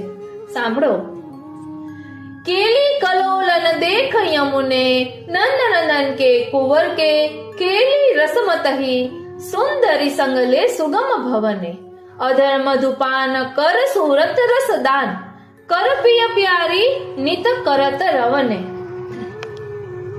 ताही समय रस भरी भानु तनया, खरी प्रेम आनंद में करत गवने, पुण्य पूर्ण फले सकल जन के सरे, ताही हित भूतल जमुने अपने, जुगल जोड़ी शोभा हरिदास निरख, दुह कर जोर करत नमने. વેણુ ભાભીએ ગુજરાતી ધોળ ઉપાડ્યું અને સૌએ ઝીલ્યું. ચાલો આપણે પણ એ ધોળના ગાનમાં જોડાઈએ. मैं तो युगल स्वरूपे जोया श्री यमुना जी रे, मारा भवन दुखड़ा खोया श्री यमुना जी रे, पहरे जोड़ी कसुंबी साड़ी एवा स्वरूप निरखवाने दाड़ी श्री यमुना जी रे, मैं तो युगल स्वरूपे जोया श्री यमुना जी रे, ने पुर घुघरी वागे चरणे जे श्री, मारो मन तमारे शरणे माजी तम पास. ओ श्रीनाथ जी, मैं तो युगल स्वरूपे जोया श्री यमुना जी रे, माजी तम पासे मारू मन, घर बैठे तपे मारो तन श्री यमुना जी रे, सुंदर रूपे श्याम स्वरूप तमने मोहया छे व्रज भूप श्री यमुना जी रे, मैं तो युगल स्वरूपे जोया श्री यमुना जी रे, सदा बिराजो श्री व्रज माय, पोष्टि भक्ति ने करवा सहाय श्री यमुना जी रे, शोभा जोई कहे हरिदास અમને આપ્યો છે વ્રજમાં વાસ શ્રી યમુનાજી રે મેં તો યુગલ સ્વરૂપે જોયા શ્રી યમુનાજી રે માજી હું તો આપનો દાસ રાખી છે ચરણ કમળની પાસ શ્રી યમુનાજી રે મેં તો યુગલ સ્વરૂપે જોયા શ્રી યમુનાજી રે. વાલા વૈષ્ણવો, યમુના તટે પનઘટ લીલા નૌકા વિહાર પણ ત્યાં જ. ઓ શ્રીનાથજી, એક પતું ફરી ગયું. વાલા વૈષ્ણવો, આપણા સંપ્રદાયમાં નજીકના ભૂતકાળમાં જ પરમ ભગવદીય શ્રી વ્રજરત્નદાસ ભાઈ નામના મહાનુભાવ વૈષ્ણવ થઈ ગયા. શ્રી વ્રજરત્નદાસ પરીખ એમનું નામ છે. તેમણે શ્રી યમુનાજીનો રસ અનુભવ વર્ણવ્યો છે. તે તેમના શબ્દોમાં સાંભળીએ. સર્વ સિદ્ધિઓનું પ્રદાન કરનાર, ભક્તોના ક્લેશને હરનારા, શ્રી કૃષ્ણ સમાન સૌંદર્ય અને ગુણધર્મ વર્ણ વિભૂષિત શ્રી હરિના ચતુર્થ પ્રિયા શ્રી યમુના મહારાણીજીને હું હર્ષપૂર્વક વંદન કરું છું. ઓ શ્રીનાથજી, માં મારા પર કૃપા કરો, મારું લાલન કરો, મારા મનમાં નિરંતર બિરાજો, મનને સુખ થાય તેવું કરો. આપની સ્તુતિ તો હું શું કરું, ખાલી કાલાવાલા કરું. શ્રી યમુનાજી ઉભય રૂપે શોભી રહ્યા છે, સરિતા સ્વરૂપ તેમજ પ્રિયાજી સ્વરૂપે. એ સૂર્યસુતા સરિતા રૂપે હિમાલયના કલિંદ શિખર પર પડે છે ત્યારે ત્યાં જલધોધની કેવી અપૂર્વ શોભા થાય છે. અગાધ ફીણ, ઉડતા જળ શિખરો અને પરપોટા વળી મોટો ઘોષ ધ્વનિ ઉત્પન્ન થાય છે. ત્યાંથી પર્વતના વાંકા ચૂકા માર્ગમાં થઈને ભૂમિને પાવન કરવા માટે નીચે પધારે છે. ત્યારે કેવું નયન રમ્ય દ્રશ્ય ખડું થાય છે. આગળ વધતા વધતા પધારે છે શ્રી વ્રજમંડળમાં ગોકુળ, મથુરાના રમણીય તટો, ઠકુરાણી ઘાટ, વિશ્રામ ઘાટ અને એવા તો કેટલાય. જેને અલૌકિક દ્રષ્ટિનું દાન થાય તેને આ બધું કેવું દેખાય. જ્યાં સરિતા ચામી કરમણીગણ ઉભયબદ્ધ સોપાન, કમલ કુમુદ નાના અલી સુંદર મધુર કરે ત્યાં ગાન. વલ્લભાખ્યાનમાં ગોપાલદાસજીએ આ વર્ણન કર્યું છે. સુવર્ણ અને મળી જડિત પગથિયા, જલમાં ખીલેલા કમળો અને કુમુદનીની શોભા, તટ પર વન ઉપવનો, ત્યાં વૃક્ષો પર ખીલેલા સુગંધયુક્ત પુષ્પો ઉપર ભ્રમરોનો ગુંજારો. એ પુષ્પો લઈને વ્રજભક્તો પ્રભુના શૃંગાર આદિ કરે છે. કેવી બધી શોભા! અને વળી કિનારા પરની શ્વેત ચમકતી રેતીમાં જ્યારે જલ તરંગો વાંકા ચૂકા પ્રસરે છે ત્યારે તો જાણે જળ નીચે મોતી ન ચળકી રહ્યા હોય એવું ભાસે છે. શ્રી શોભા ને શો સાજ! અરે પણ આ કોઈ લૌકિક સરિતા થોડી જ છે. પ્રત્યેક પદાર્થનો આધિદેવિક સ્વરૂપ હોય છે. એ સ્વરૂપે તો શ્રી યમુનાજી શ્રી કૃષ્ણના ચતુર્થ પ્રિયા શ્રી રાધાજી, શ્રી રાધા સહચરીજી, શ્રી ચંદ્રાવલીજી અને ચોથા શ્રી યમુનાજી છે. કેવું અનુપમ સૌભાગ્ય! કૃપાપાત્ર ભગવદીઓને તો આ પ્રિયજી રૂપે દર્શન પણ આપે છે, અનુભવો જણાવે છે. અનુભવીઓએ સ્વરૂપ ચિત્રજીમાં ઉતાર્યું છે, એના તો આપણે સૌ કોઈ દર્શન કરીએ છીએ. કેવું મનોહર સ્વરૂપ! તો કહે છે કોટી કંદર પલાવણ્ય શ્રી કૃષ્ણના જેવો જ શ્રી યમુનાજીનો મુકુટ કાચનીનો શૃંગાર, મધુર હાસ્યયુક્ત મુખારવિંદ, ગોળ કપોલ, દાળીમશી દંત પંક્તિ, અંગ અંગમાં સુવર્ણ, હીરા, મણિમાણિક, મુક્તાના નયન રમ્ય આભૂષણો, કરમાં કંકણ, ચરણમાં નુપુરો, નાકમાં નક્વેસર અને કાનમાં કર્ણફૂલ. વળી શ્રીજીના જેવી જ કમળ કુસુમોની મનોહર માળા ઉપરાંત પ્રિયતમને સમર્પવા માટે પોતાના જલના કમળોની છડીઓ અને માળા શ્રીહસ્તમાં ધારણ કરેલી. કેવી બધી શોભા! નવાઈની વાત એ છે કે આ સ્વરૂપના દર્શન મહાનુભાવોને તો જળ સ્વરૂપમાં પણ થાય છે. શ્રી વલ્લભને એવા દર્શન થયા છે એનું શ્રી યમુનાષ્ટકમાં વર્ણન કર્યું છે. કલિંદગીરી નંદિની શ્રી યમુનાજી વાંકી ટેઢી મલપતિ રમતિયાળ ચાલે ચાલતા પર્વત પરથી નીચે પધારી રહ્યા છે.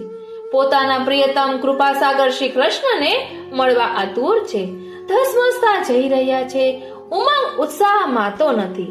હર્ષનું જાણે ઉરમાં પૂર ચડ્યું છે. ગોકુલ મથુરા પાસે આવતા પ્રિયતમનું મિલન થતા ફૂલ્યા ફાલ્યા ફરે છે. મનોહર દર્શન આપે છે. જાણે તરંગરૂપી હસ્ત છે. એ હસ્તમાં ચળકતી રજના કણરૂપી મોતીના કંકણો છે. આપણે ગાઈએ છીએ ને, તરંગ ભુજ કંકણ પ્રકટ મોક્તિકા વાલુકા નિતંબ તટ સુંદરીમ નમત કૃષ્ણ તુર્ય પ્રિયા. ઓ શ્રીનાથજી આગળ કહે છે કે કલિંદગીરી નંદિની શ્રી યમુનાજી વાંકી ટેઢી મલકતી રમતિયાળ ચાલે ચાલતા પર્વત પરથી નીચે પધારી રહ્યા છે. પોતાના પ્રિયતમ કૃપા સાગર શ્રી કૃષ્ણને મળવા આતુર છે. ધસમસતા જઈ રહ્યા છે. ઉમંગ ઉત્સાહમાં તો નથી. હર્ષનો જાણે ઉરમાં પૂર ચડ્યું છે. ગોકુલ મથુરા પાસે આવતા પ્રિયતમનું મિલન થતા ફૂલ્યા ફાલ્યા ફરે છે. મનોહર દર્શન આપે છે. જાણે તરંગરૂપી હસ્ત છે. એ હસ્તમાં ચળકતી રજના કણો રૂપી મોતીના કંકણો ધર્યા છે. હવે તો યુવાવસ્થામાં છે. અંગ પ્રત્યંગ પુષ્ટ બન્યા છે. ઉભય તટરૂપી નિતંબોથી નિતંબીની સુંદરી રૂપે પ્રિયતમને જાણે લોભાવી રહ્યા છે. જાણે કોઈ નવદુલ્હનની પ્રથમ આણે આવી હોય. સુરત શ્યામ બિંદુ તે સિંધુ સિબાહી ચાલી માનો યાતુર અલી રહી ન ભાવને.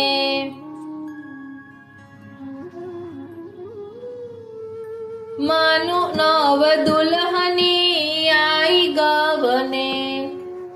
શ્યામ સંગ શ્યામ વહ રહી શ્રી યમુને. સુરત શ્યામ બિંદુ તે સિંધુ સિબાહી ચાલી માનો આતુર અલી રહી ન ભાવને. કોટી કામ હિવારો રૂપ નન નિહારો લાલ ગિરિધરન સંગ કરત રામને. હરખી ગોવિંદ પ્રભુ નિરખી ઇનકી ઓર માનો નવ દુલ્હની આઈ ગવને. માનો નવ દુલ્હની આઈ ગવને. પ્રિયતમના પ્યારા ગોપ ગોપીઓ તો એમને વિટરાયેલા જ રહે છે. એમની સાથે પ્રભુ ત્યાં અનેક લીલાઓ કરે છે. કુમારિકાઓએ કાત્યાયની વ્રત કર્યું. ક્યાં? તો શ્રી યમુનાજી સમીપે. ચિરહરણ લીલા પણ ત્યાં જ. રાસ વિલાસ પણ યમુના તટે. પનગટ લીલા, નૌકા વિહાર પણ ત્યાં જ. અને બીજું શું શું નહીં, સર્વત્ર શ્રી યમુનાજીનો સંબંધ. મર્યાદા ભક્તોને શ્રી યમુનાજી મર્યાદા ફળ આપે છે. માટે તો શિવ બ્રહ્માદિ દેવો, ધ્રુવજી જેવા ભક્તો આપની સ્તુતિ કરે છે. પરાશર જેવા મુનિઓને ઈચ્છિત વરદાન આપે છે. ગર્ગાચાર્ય જેવા ગર્ગ સંહિતામાં સહસ્ત્ર નામોથી શ્રી યમુનાજીના ગુણગાન ગાય છે. કેવળ મર્યાદા ભક્તોને સિદ્ધિઓ આપનાર દેવી શ્રી ગંગાજી ક્યાં અને પુષ્ટિ ભક્તોને પ્રભુનો મિલન સુખ અપાવનારા શ્રી યમુનાજી ક્યાં? તુલના જ કેમ થઈ શકે? છતાં થઈ શકે. ગંગા યમુનાનો સંગમ સમાગમ થાય છે તે માટે નહીં તો ન થાત. ધ્યાન આપજો, ગંગા યમુનાનો સંગમ સમાગમ થાય છે માટે નહીં તો ન થાત. ગંગાજીની કીર્તિ વસ્તુતઃ તો શ્રી યમુનાજીના સંગમને લીધે જ છે. પુષ્ટિ ભક્તો તો આ સિવાય શ્રી ગંગાજીના ગુણ ગાતા પણ નથી. અરે શ્રી લક્ષ્મીજીની જ વાત કરો ને. શ્રી અને સૌંદર્યની દેવી, પ્રભુની પ્રિયા લક્ષ્મી અને શ્રી યમુનાજી પણ શ્રી સૌંદર્ય પરિપૂર્ણ પ્રભુના પરમ પ્રિયા પણ ખરા. એટલે લક્ષ્મીજી સાથે સરખાવીએ ખરા, પણ છતાં સમાનતા કરતા ચડિયાતા પણ શ્રી યમુનાજીનો સ્વીકારવાનો થાય. શ્રી યમુનાજીના વિશિષ્ટ ગુણો તો જુઓ. સર્વાત્મ ભાવ. લીલાના જીવોને પ્રભુનું મિલન હું ક્યારે કરાવું એવી તમન્ના. નિજજનના ક્લેશોને તો સહન જ ન કરી શકે. પાપ ક્લેશ તુરત જ દૂર કરી દે. ભગવદીયના હૃદયમાં પ્રભુ પ્રતિ પ્રીતિ પ્રગટાવે. તનુ નવત્વ આપી સેવા કરાવે. અને લીલામાં બોલાવી લે. છેવટના સમયે શ્રી યમુનાજીની સખીઓ જીવને લેવા આવે. ત્યાં લઈ શ્રી યમુનાજીની વાલુકાથી એને નૂતન દેહ આપે છે. ત્યારે જ લીલામાં પ્રવેશ થાય છે. શ્રી યમુનાજીનું કેવું અદ્ભુત ચરિત્ર! યમુના જલમાં સ્નાન પાનાદિ કરનાર જીવ યમયાતનાથી બચી જાય છે. તે ગમે તેવો દોષવાળો હોય તો પણ કહ્યું છે કે ચિત્રગુપ્ત ત્યાં પાનું ફાડે આ દુઃખ નિવૃત્તિ. યમ પોતાની બહેન યમુનાનું પૈપાન કરનાર પોતાના ભાણેજને દુઃખ આપે જ કે એટલો ગુણ તો એનામાં હોય કે નહીં? અને એ જીવની સુખ પ્રાપ્તિની તો વાત જ શી કરવી. લક્ષ્મીજી સહિત નારાયણની સેવાથી મુક્તિ ફળ મળે. ભક્તો એને તુચ્છ ગણે છે. શ્રી યમુનાજી સહિત કૃષ્ણની સેવાથી તો પ્રિય પ્રીતમના રાસ રસનો ભક્તના અંગ અંગમાં સંગમ થાય છે. પરમ ફલરૂપ રમણ સુખ પ્રાપ્ત થાય છે. શ્રી યમુનાજીની કૃપાની આ વિશિષ્ટતા. અહો, આવા શ્રી યમુનાજીની યમુનાષ્ટક દ્વારા સ્તુતિ જેઓ નિત્ય કરે છે તેમને શ્રી કૃષ્ણમાં રતિ પ્રીતિ થાય, સર્વ સિદ્ધિઓ મળે, સ્વભાવ વિજય સુલભ થઈ જાય. ધન્ય ધન્ય! અંકલ, જ્યારે અહીં શ્રી કૃષ્ણ ભગવાન સાક્ષાત બિરાજતા હશે ત્યારે શ્રી યમુનાજીના આ સ્થળની શોભા કેવી હશે? બેટા, એનું વર્ણન શ્રી ગોપાલદાસભાઈએ શ્રી વલ્લભાખ્યાનમાં કર્યું છે. તમારા વેણુ આંટીના મુખેથી સાંભળો.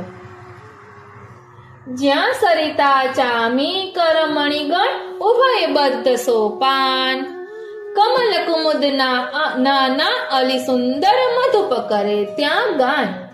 એટલે શ્રી યમુનાજીના ઉભય કિનારે સુંદર સુવર્ણમાં મણિજડિત ઘાટ અને એના પગથિયા છે. ત્યાં જળમાં દિવસે વિવિધ રંગી કમળો અને રાત્રિએ પોયણા ખીલે છે.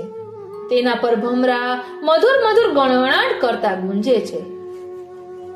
કનક લતા માલતી મલિકા વિવિધ કુસુમ મકરંદ, શીતલ પવન જકોરે લહેરે પરસે અતિ આનંદ.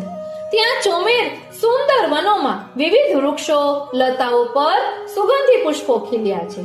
તેની સુગંધ લઈ શીતલ પવન જાણે શ્રી યમુના જલમાં જબોડાઈને વહે છે. તેનો સ્પર્શ અતિ આનંદકારી છે. આજનો આપણો સમય થાય છે, આજે તો સમય ક્યાં વહી ગયો એની ખબર જ ન પડી. સાચી વાત, કથાને ઉલટાવીએ તો થાક શબ્દ મળે. જેમાં તન મનને જરાય થાક ન લાગે ને તેને જ સાચી ભગવત કથા કહેવાય. શ્રી મુરલીધરજીએ આશ્રયનું પદ ગાયું છે. यह प्रसाद हो पाऊं श्री यमुना जी, यह प्रसाद हो पाऊं तुम्हारे निकट रहो निश्वासर, राम कृष्ण गुण गाऊं श्री यमुना जी, यह प्रसाद हो पाऊं मज्जन करो विमल जल पावन, चिंता कलुष बहाऊ तिहारी कृपा ते भानु की तनया, हरिपद प्रीत बढ़ाऊं श्री यमुना जी, यह प्रसाद हो पाऊं विनती करो यह वर मांगो, अधम संग बिसराऊं परमानंद प्रभु सब सुख दाता, मदन गोपाल लड़ाऊं श्री यमुना जी, यह प्रसाद हो पाऊं, यह प्रसाद हो पाऊं श्री यमुना जी, यह प्रसाद हो पाऊं। વાલા વૈષ્ણવો, હવે આપણે આગળનું પ્રકરણ સાથે લઈએ છીએ, જેમાં શ્રી યમુનાજીના પ્રાકટ્યનું ખૂબ જ સુંદર વર્ણન કર્યું છે. શ્રી યમુના મોહન કો મન મોહે. શ્રી યમુના મોહન કો મન મોહે. શ્રી યમુનાજીના પ્રાકટ્યનું ભાવ દર્શન. શ્રી યમુના ગુણગાનનો આજે 5મો દિવસ છે. સૌના મન શ્રી યમુના રંગથી રંગાયા છે. તન શ્રી યમુના રસથી ભીંજાઈ ગયું છે. ચિંતન, રાધિકા અને માનસી તો હવે વહેલી સવારથી જ શ્રી ઠકુરાણી ઘાટે પહોંચી જઈ બ્રહ્મ મુહૂર્તમાં શ્રી યમુનાજીને નિરખતા, શ્રી યમુનાજીના સ્વરૂપનું ભાવન કરતા પ્રસન્નતાથી શ્રી યમુનાષ્ટકના લયબદ્ધ સ્વરે પાઠ કરતા કરતા શ્રી યમુના રસમાં માલતા હોય છે. વિજયભાઈ અને ગીતા ભાભી, સ્મિતાબેન ને રાધા ભાભી મોડી રાત સુધી ઘાટ પર બેઠા બેઠા શ્રી યમુનાજીના પદો ગાયા કરે છે. બાકીના સૌ પોતપોતાની રીતે શ્રી યમુનાજીનું સ્મરણ કરતા. ગિરીશભાઈ અને મહેશભાઈ સાંભળતી વખતે ટપકાવેલી નોંધોને સ્મૃતિના સથવારે વિગતવાર લખવામાં મોડી રાત સુધી જાગતા. તો રેખાબહેન કાનમાં ઇયરફોન લગાવી આગલા દિવસોની કેસેટો વારંવાર ધ્યાનથી સાંભળ્યા કરતા. દિનેશભાઈ અને વેણુભાભી સવારથી જ શ્રી યશોદા ઘાટ ચાલ્યા જતા. ત્યાંના રમણીય એકાંતમાં મહમલશ્રી મુલાયમ શ્રી યમુના રજમાં વૃક્ષની છાયામાં બેસી શ્રી યમુનાષ્ટકની ટીકાઓનું એક ચિત્તે અવગાહન કરતા. 5 દિવસથી સૌ ગેહને જ જાણે ભૂલી જ ગયા છે. એટલે દેહનું કોઈ ભાન રહ્યું નથી. નથી ભૂખ લાગતી, નથી તરસ લાગતી. આજે શ્રી ઠકુરાણી ઘાટ પર મુંબઈના કલા રસિક યુવાનોએ રાષ્ટ્રીય મનોરથની સજાવટ કરી હતી. શ્વેત પીછવાઈ, ચંદરવા, દિવાલગીરીઓ પર ફૂલના અછોડાઓની સુંદર ભાત ઉપસી હતી. ભૂમિ પર ધવલ બિછાત હતી. વચમાં ચાંદીના સાંગામાચી ઉપર શ્વેત ગાદી તકિયા અને બગલ તકિયા શોભતા હતા. ચોપાસ વર્તુળાકારે રાસની વિવિધ મુદ્રાઓમાં વ્રજભક્તો ઠાડા હતા. આગળ બંને બાજુ વિવિધ વાજિંત્રો વજાવતા ગોપિકાઓ બેઠા હતા. શ્રી રાસ વિહારી લાલે આજે લાલ સુથન, શ્યામ ચોળી, સફેદ કાચની અને પીળા પડકા ધારણ કર્યા હતા. શ્રી રાસ રસેશ્વરી શ્રી યમુનાજીએ પણ એ જ પ્રકારના વસ્ત્રો ધારણ કર્યા હતા. ઉભય સ્વરૂપોએ હીરા માણેકના આભૂષણો અને મસ્તકે મુકુટ ધર્યા હતા. જાણે વ્રજ ભક્તોના યુથની મધ્યમાં યુગલ સ્વરૂપ રાસરસ સાગરમાં મગ્ન હતા. ભગવદ વાર્તાનો પ્રારંભ થયો. વિઠ્ઠલભાઈએ પખાવજ પર થાપ મારી ઘોર મેઘ ગર્જનાનો અનુભવ કરાવ્યો અને પછી રાસના નૃત્યના તાલ બજાવ્યા. શ્રી બચુભાઈએ કેદાર રાગ આલાપ્યો. ઝાંઝના તાલંગે સારંગીના સથવારે તેમણે પદગાન આરંભ્યું. रास रस सागर श्री यमुने जो जाने बहत धारा तन प्रति छिन नौतन राखत अपने उर में जुठानी भक्त को सहे भार देत जो प्राणाधार अति बोलत मधुर मधुर बानी श्री विठ्ठल गिरिधरन वर बस किए कौन पे जात महिमा बखानी रास रस सागर श्री यमुने जो जाने. દિનેશભાઈ નો નેત્ર સંકેત ઝીલી વેણુભાભીએ પદગાન આરંભ્યું. શ્રી યમુને સુખકારની પ્રાણપતિ કે जिन्हें भूली जात पिय तिन्हें सुधी कर दे कहाँ लो कहिए इनके जो हित के पिय संग गान करे उमंगी जो रस भरे देत तारी कार लेत जटके दास परमानंद पाए अब व्रज चंद यही जानत प्रेम गति के. દિનેશભાઈએ મંગલાચરણ કરી સૌ સ્વરૂપોને મનોમન દંડવત પ્રણામ કર્યા. આપણે પણ દંડવત પ્રણામ કરીએ. પછી કહેવા લાગ્યા, પ્રિય વૈષ્ણવો, કાલે આપણે શ્રી યમુનાજીના સ્વરૂપનો 3 પ્રકારે થતો અનુભવ વિચાર્યો. આજે આપણે એમની લીલાનું ચિંતન કરીશું. સૌપ્રથમ એમની પ્રાકટ્ય લીલાને સમજીશું. શ્રી ઠાકોરજી અને શ્રી યમુનાજી સર્વ બાબતોમાં સમાન છે. એમ કહેવાય છે કે એક સિક્કાની 2 બાજુઓ છે. શ્રી ઠાકોરજી અનાદિ, અજન્મા, શાશ્વત છે. તેમનું સ્વરૂપ અપ્રાકૃત, આનંદમય છે. તેઓ સ્વતંત્ર છે. તેવી જ રીતે શ્રી યમુનાજી પણ અનાદિ, અજન્મા, શાશ્વત છે. એમનું સ્વરૂપ પણ અપ્રાકૃત, આનંદમય છે. તેઓ પણ સર્વતંત્ર, સ્વતંત્ર છે. રસાત્મક પ્રભુ પોતાના અલૌકિક રસનો 2 પ્રકારે અનુભવ કરાવે છે. ઘનાત્મક રસ સ્વરૂપે અને દ્રવીભૂત સ્વરૂપે. અંકલ, આ ઘનાત્મક અને દ્રવીભૂત રસમાં સમજણ ના પડી હો. સમજાવું. તમે પાણી જુઓ છો ને, એ જમીન પર વહે છે અર્થાત દ્રવે છે, તો પાણી એ દ્રવીભૂત સ્વરૂપ કહેવાય. એ જ પાણીનો તમારા ઘરના ફ્રીઝરમાં બરફ બનાવો છો તો એ બરફનો ગાંગડો વહેતો નથી, સ્થિર રહે છે. પાણીને પોતાનો કોઈ આકાર નથી, જે પાત્રમાં ભરો તેનો આકાર ધારણ કરે છે. જ્યારે બરફના ગાંગડાને પોતાનો આકાર હોય છે. બરફનો ગાંગડો ઘનીભૂત કહેવાય. એમ આનંદ સ્વરૂપ પ્રભુ જ્યારે શ્રી કૃષ્ણ સ્વરૂપ ધારણ કરે છે કે અન્ય સ્વરૂપ ધારણ કરે છે ત્યારે તે ઘનીભૂત સ્વરૂપ કહેવાય છે. પ્રભુનો આનંદ રસ ભગવદ વાર્તાના રૂપે વહે ત્યારે તે દ્રવીભૂત સ્વરૂપ કહેવાય. રાસલીલાના પ્રસંગમાં શ્રી પ્રભુના શ્રી અંગમાંથી પ્રગટેલી રસની ધારાઓ દ્રવીભૂત સ્વરૂપ છે. આ જ પ્રમાણે શ્રી પ્રભુ સાથે રાસમાં નૃત્ય કરતા શ્રી યમુનાજી ઘનીભૂત સ્વરૂપ છે, જ્યારે અહીં વહેતા શ્રી યમુનાજી દ્રવીભૂત સ્વરૂપે બિરાજે છે. શ્રી યમુનાજીનું પ્રાકટ્ય કેવી રીતે થયું એ જ કહું છું. શ્રી પ્રભુએ પોતાના આનંદ માટે પોતાનામાંથી જ પ્રકટ કરી. વેદની શ્રુતિઓએ એનું રસમય વર્ણન કર્યું છે. સ એકાકી ન રમતે. આ ચિંતન એકલો પડી જાય તો શું થાય? મને જરાય ન ગમે, હું સાવ કંટાળી જાઉં.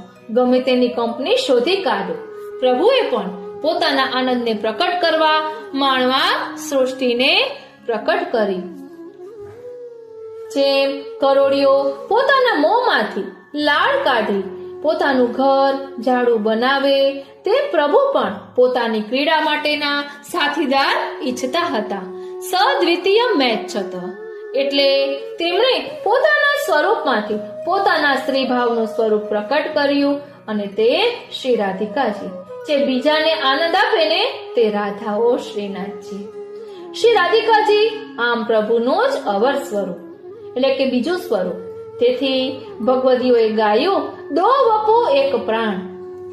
શ્રી રાધિકાજીએ શ્રી પ્રભુને વિનંતી કરી, આપણી ક્રીડાને યોગ્ય સૃષ્ટિ રચો. શ્રી પ્રભુએ પોતાના જ હૃદયમાંથી પોતાના સ્ત્રી ભાવનું બીજું સ્વરૂપ પ્રકટ કર્યું. તે તમને હું ગોલોકધામ પ્રકટ કરું છું, તેમાં ગિરી ગોવર્ધનની તળેટીમાં તમે દ્રવીભૂત સ્વરૂપે સદા બિરાજો. આપના તટ પ્રદેશ પર હું લીલા વિહાર કરીશ. શ્રી પ્રભુએ 12 વન અને 12 ઉપવનો વાળા ગોલોકધામને અહીં પ્રકટ કર્યું. એના મધ્યમાં ગિરી ગોવર્ધન પ્રકટ થઈ બિરાજ્યા. તેમની તળેટીમાં શ્રી યમુનાજી અલૌકિક દ્રવીભૂત સ્વરૂપે બિરાજ્યા. તેમના તટ પ્રદેશ પર વિવિધ સુંદર નિકુંજો પ્રકટ થઈ. 6 ઋતુઓ પણ ત્યાં એક સાથે પ્રકટ થઈ. શ્રી યુગલ સ્વરૂપની સેવામાં ગોપિકાઓના યુથો, પશુઓ, પક્ષીઓ આદિ પ્રકટ થયા. આ ગોલોકધામ શ્રી પ્રભુએ પોતાના શ્રી અંગમાંથી પ્રકટ કર્યું. શ્રી ગોપાલદાસભાઈએ વલ્લભાખ્યાનમાં આ લીલા ગાઈ છે. વેણુ સંભળાવજે તો, એટલે વેણુ ભાભીએ મીઠી હલકથી ગાવા લાગ્યું. જ્યાં શ્રી વૃંદાવન આદિયાચલ શશી શરદ રેણ બહુવેશ વન દેવી પદ કુમ કુમ મુખ સુખ પરસે રંગ વિશેષ. જ્યાં સરિતા ચામી કર મણિગણ ઉભય બદ્ધ સોપાન કમલ કુમુદ નાનાયલી સુંદર મધુર કરે ત્યાં ગાન. કનકલતા માલતી મલ્લિકા વિવિધ કુસુમ મકરંદ શીતલ પવન જકોરે લહેરે પરસે અતિ આનંદ. પદ્મ રાગ મરકત મણિ સ્ફાટિક શ્રી ગોવર્ધન સોહે. બ્રહ્મા રુદ્ર ત્યાં કોણ બાપડા શ્રી હરિના મન મોહે. નાના પક્ષીની શબ્દ મધુરી નહીં પાર. વિવિધ પ્રકારે જુજવા કહેતા ગ્રંથ થાય વિસ્તાર. શ્યામા શતદલ નયન સુંદરી જૂથ તણો નહીં પાર. અનેક રાસ મંડલ રચના રચી ખેલે શ્રી નંદ કુમાર. એણી પેરે નિત્ય નવલી લીલા ઘોષ વાદ્ય જનકાર. અંગ સ્વેદ મકરંદે મોયા મધુપ કરે ગુંજાર. આવા નિત્ય લીલાધામ શ્રી ગોલોકમાં શ્રી પ્રભુની સાથે શ્રી યમુના હૃદય પ્રદેશમાંથી પ્રકટ થયેલા ઓ શ્રીનાથજી, શ્રી પ્રભુના હૃદય પ્રદેશમાંથી પ્રકટ થયેલા શ્રી યમુનાજી ઘનાત્મક સ્વરૂપે 16 વર્ષની વયના બની બિરાજ્યા અને દ્રવીભૂત સ્વરૂપે શ્રી પ્રભુની ક્રીડા માટે સરિતારૂપ બની બિરાજ્યા. આમ નિત્ય લીલામાં શ્રી યમુનાજીનું પ્રાકટ્ય થયું. આ પ્રાકટ્યનું રસમય વર્ણન ગર્ગ સંહિતામાં છે. શ્રી યમુનાજી નિત્ય લીલામાંથી પૃથ્વી પર કેમ પધાર્યા, કેવી રીતે પધાર્યા, હા હવે એ પ્રકાર સાંભળીએ. એક વખત શ્રી પ્રભુ શ્રી રાધિકાજી અને શ્રી યમુનાજીને સાથે લઈને લીલા વિહાર કરતા હતા. ત્યારે આપે કહે ઉદાસ થઈ ગયા. શ્રી રાધિકાજીએ આનંદરૂપ પ્રભુની ઉદાસીનું કારણ પૂછ્યું. આપે આજ્ઞા કરી, રાધિકે આપણી નિત્ય લીલાના ઘણા જીવો અપરાધવશ મનુષ્ય, પ્રાણી, પક્ષીના રૂપે પૃથ્વી પર ગયા છે. ભવસાગરમાં ભટકતા આ જીવોની મને યાદ આવતા હું ઉદાસ થઈ ગયો છું. પ્રાણનાથ, એમના ઉદ્ધારનો ઉપાય કરો. એ માટે મારે જ પૃથ્વી પર પ્રકટ થવું જોશે. આપના વિના અમે અહીં એક ક્ષણ પણ ના રહી શકીએ. તો આપણે સૌ પૃથ્વી પર પ્રકટ થઈએ. પણ આ ગોલોકધામ વિના પૃથ્વી પર બિરાજવું આપણને કેમ ગમશે, કેમ રૂચશે? એ વાત પણ સાચી છે. આપણે સમગ્ર ગોલોકધામને જ પૃથ્વી પર લઈ જઈએ. શ્રી રાધિકાજી તો ખૂબ પ્રસન્ન થઈ ગયા. શ્રી પ્રભુએ શ્રી યમુનાજીને આજ્ઞા કરી, હે યમને, તમે મારા કૃપા શક્તિ છો, તેથી તમે નિત્યધામ સહિત પૃથ્વી પર પ્રથમ પધારી આપણા વિખૂટા પડેલા જીવો પર કૃપા કરો. મથુરા મંડળમાં ગોલોકધામ પ્રકટ કરો. તે પ્રદેશ વ્રજ કહેવાશે. આપણે વ્રજવાસી બનીશું. શ્રી યમુનાજી તો સદા સર્વદા પોતાના આનંદ કંદ સ્વામી શ્રી પ્રભુનું સુખ વિચારનારા છે. તેથી શ્રી પ્રભુની આજ્ઞા શિરોધાર્ય કરી પૃથ્વી પર પધારવા તત્પર થયા. આ લીલાનું પદ શ્રી નંદદાસજીએ ગાયું છે. નેહ કારણ શ્રી યમને પ્રથમ આઈ. શ્રી બચુભાઈ અમને આ પદ સંભળાવો. નેહ કારણ શ્રી યમોને પ્રથમ આઈ. નેહ કારણ શ્રી યમોને પ્રથમ આઈ. भक्त के चित्त की वृत्ति सब जान के तहाँ ते अति आतुर जुदाई. जाके मन जैसी इच्छा हती ताही की तैसी ही आय सादजु पूजाई. नंददास प्रभु तापर रीजी रहे. जोई श्री यमुना जी को जश जुगाई. नेहा कारण श्री यमोने प्रथम आई. જેમ સારસ્વત કલ્પમાં શ્રી પ્રભુ પૃથ્વી પર એક સાથે બે સ્વરૂપે મથુરા અને ગોકુલમાં પ્રકટ થયા, તેમ શ્રી યમુનાજી પણ તે સમયમાં બે સ્વરૂપે કલિંદ પર્વત પર અને વ્રજમાં પ્રકટ થયા. બંનેનું પ્રાકટ્ય અદ્ભુત અને અલૌકિક રૂપે થયું છે. શ્રી ઠાકોરજી તો મથુરામાં પ્રકટ થઈને ગોકુળ પધાર્યા. ગોકુળમાં ક્યાં પ્રકટ થયા છે? તમારી અને બીજા ઘણાની આ સમજ બરાબર નથી. શ્રી મહાપ્રભુજીએ શ્રી ભાગવતજીના દશમ સ્કંદના જન્મ પ્રકરણના સુબોધિનીજીમાં આ વાત સ્પષ્ટ કરી છે. જો શ્રી કૃષ્ણ મથુરામાં વસુદેવજીને ત્યાં જ પ્રકટ થયા હોય તો સમાધિમાં સાક્ષાત અનુભવ કરનાર વ્યાસજી અને સુખદેવજી દશમ સ્કંદના 5મા અધ્યાયના પ્રારંભમાં નંદ સ્વ આત્મજ શબ્દનો પ્રયોગ શા માટે કરે?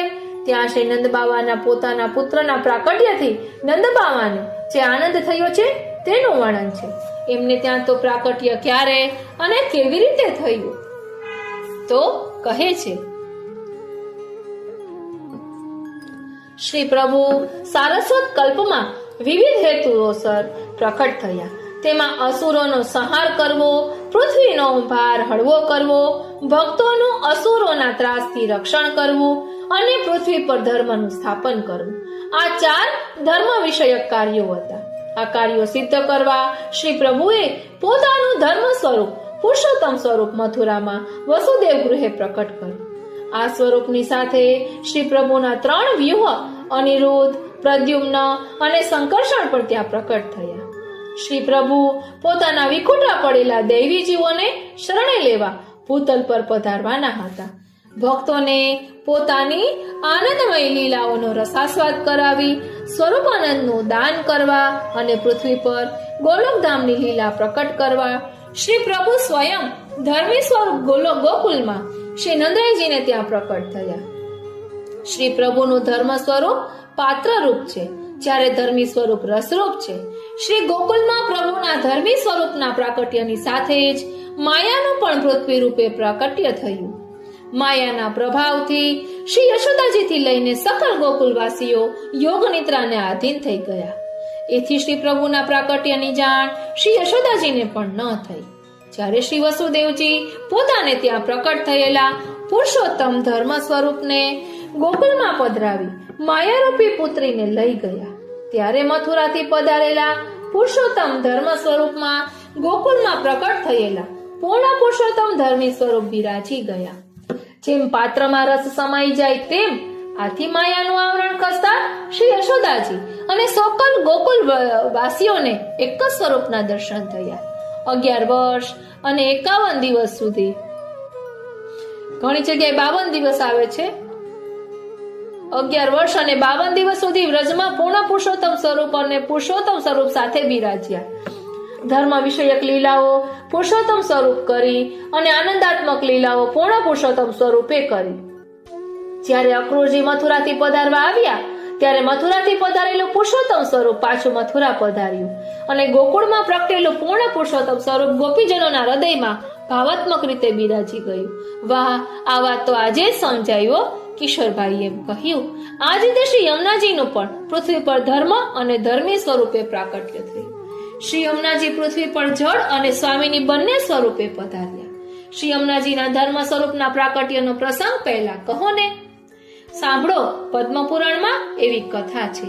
ભૌતિક નદીઓની ઉત્પત્તિ જેવો જ પ્રકાર આપણી ભૌતિક દ્રષ્ટિ અને સ્થૂળ બુદ્ધિથી લાગવા છતાં એમનું પ્રાકટ્ય ભૌતિક નદીની જેમ નથી થયું. એ વાત ખાસ યાદ રાખજો. સાગરનું જળ વાદળ બની આકાશમાંથી પર્વત પર વરસે, ત્યાંથી ઝરણો બનીને નીચે આવે, સપાટ મેદાનમાં આવતા વિશાળ નદીનું રૂપ લે અને પછી સાગરને જઈને મળે.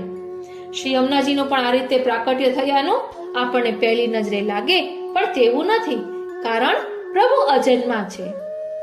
તેઓ લૌકિક મનુષ્યોના પેટે લૌકિક બાળકની જેમ ગર્ભ બની પ્રકટતા નથી. વસુદેવ દેવકીજીની સન્મુખ ચતુર્ભુજ સ્વરૂપે પ્રકટ થયા છે અને પછી દ્વિભુજ બાળક બન્યા છે. શ્રી યશોદાજીની 16માં બાલ સ્વરૂપ ધારણ કરી પોઢી ગયા.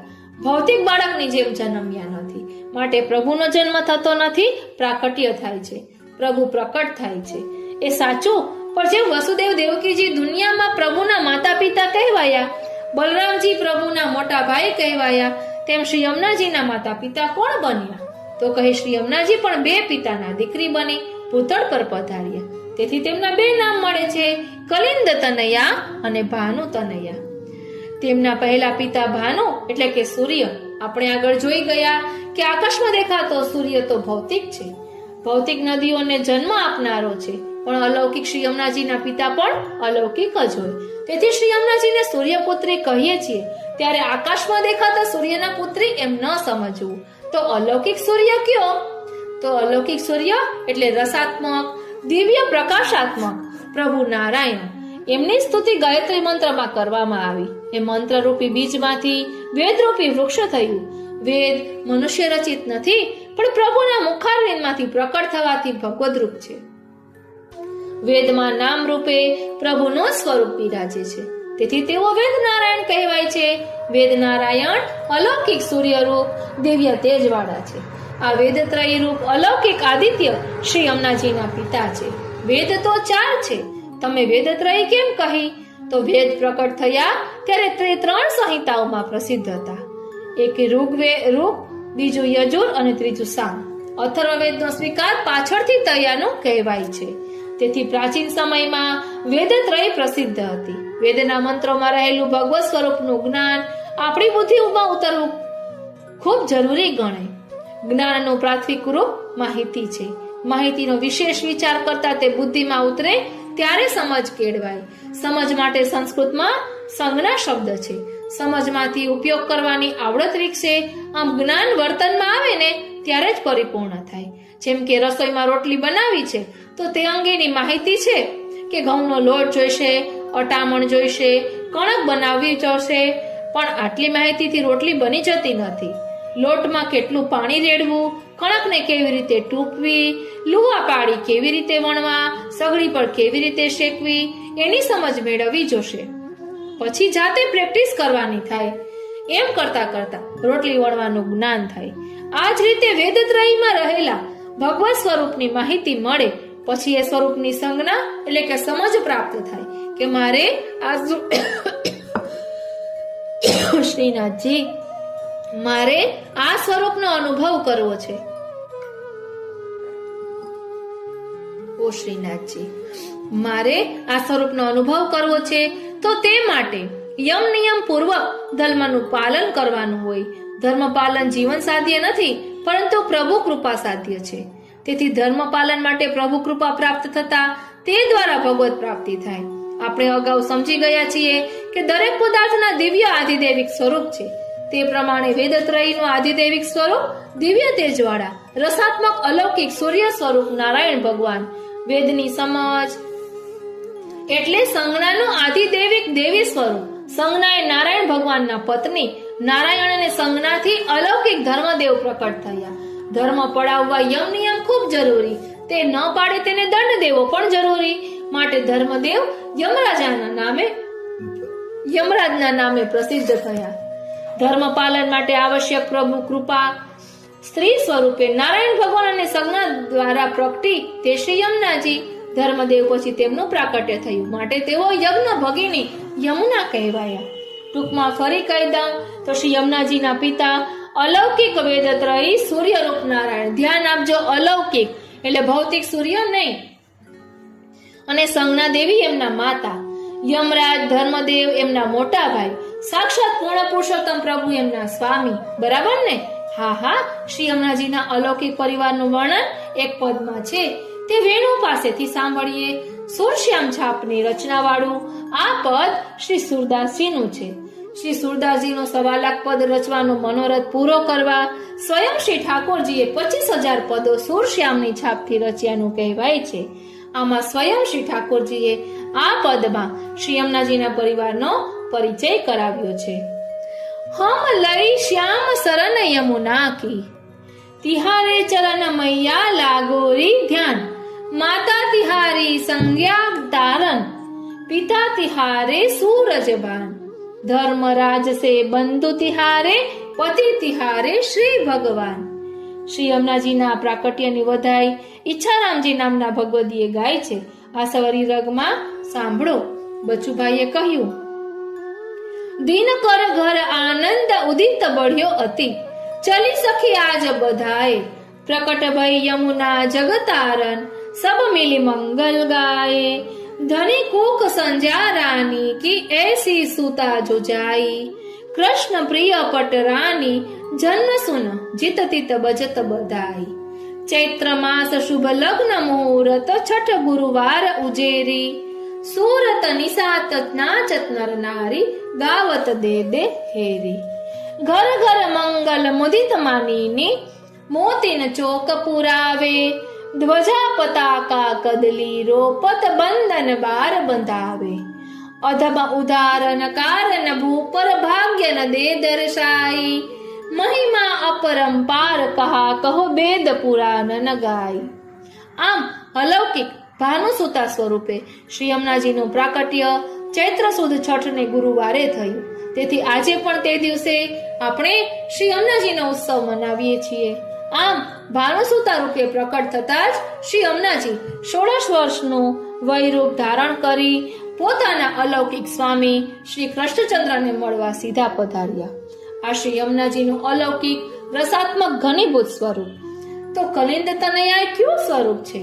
શ્રી ગોલકધામમાં બિરાજતું દ્રવીભૂત સ્વરૂપ. શ્રી પ્રભુની આજ્ઞાથી એ દ્રવીભૂત સ્વરૂપ ગોલકમાંથી કલિંદ પર્વતના મસ્તકે જળધોધ રૂપે પધાર્યું, જેનું વર્ણન શ્રી મહાપ્રભુજીએ શ્રી યમુનાષ્ટકમાં કર્યું છે. એ દ્રવીભૂત ધર્મ સ્વરૂપ કલિંદ પર્વત પરથી પૃથ્વી ઉપર પધાર્યું.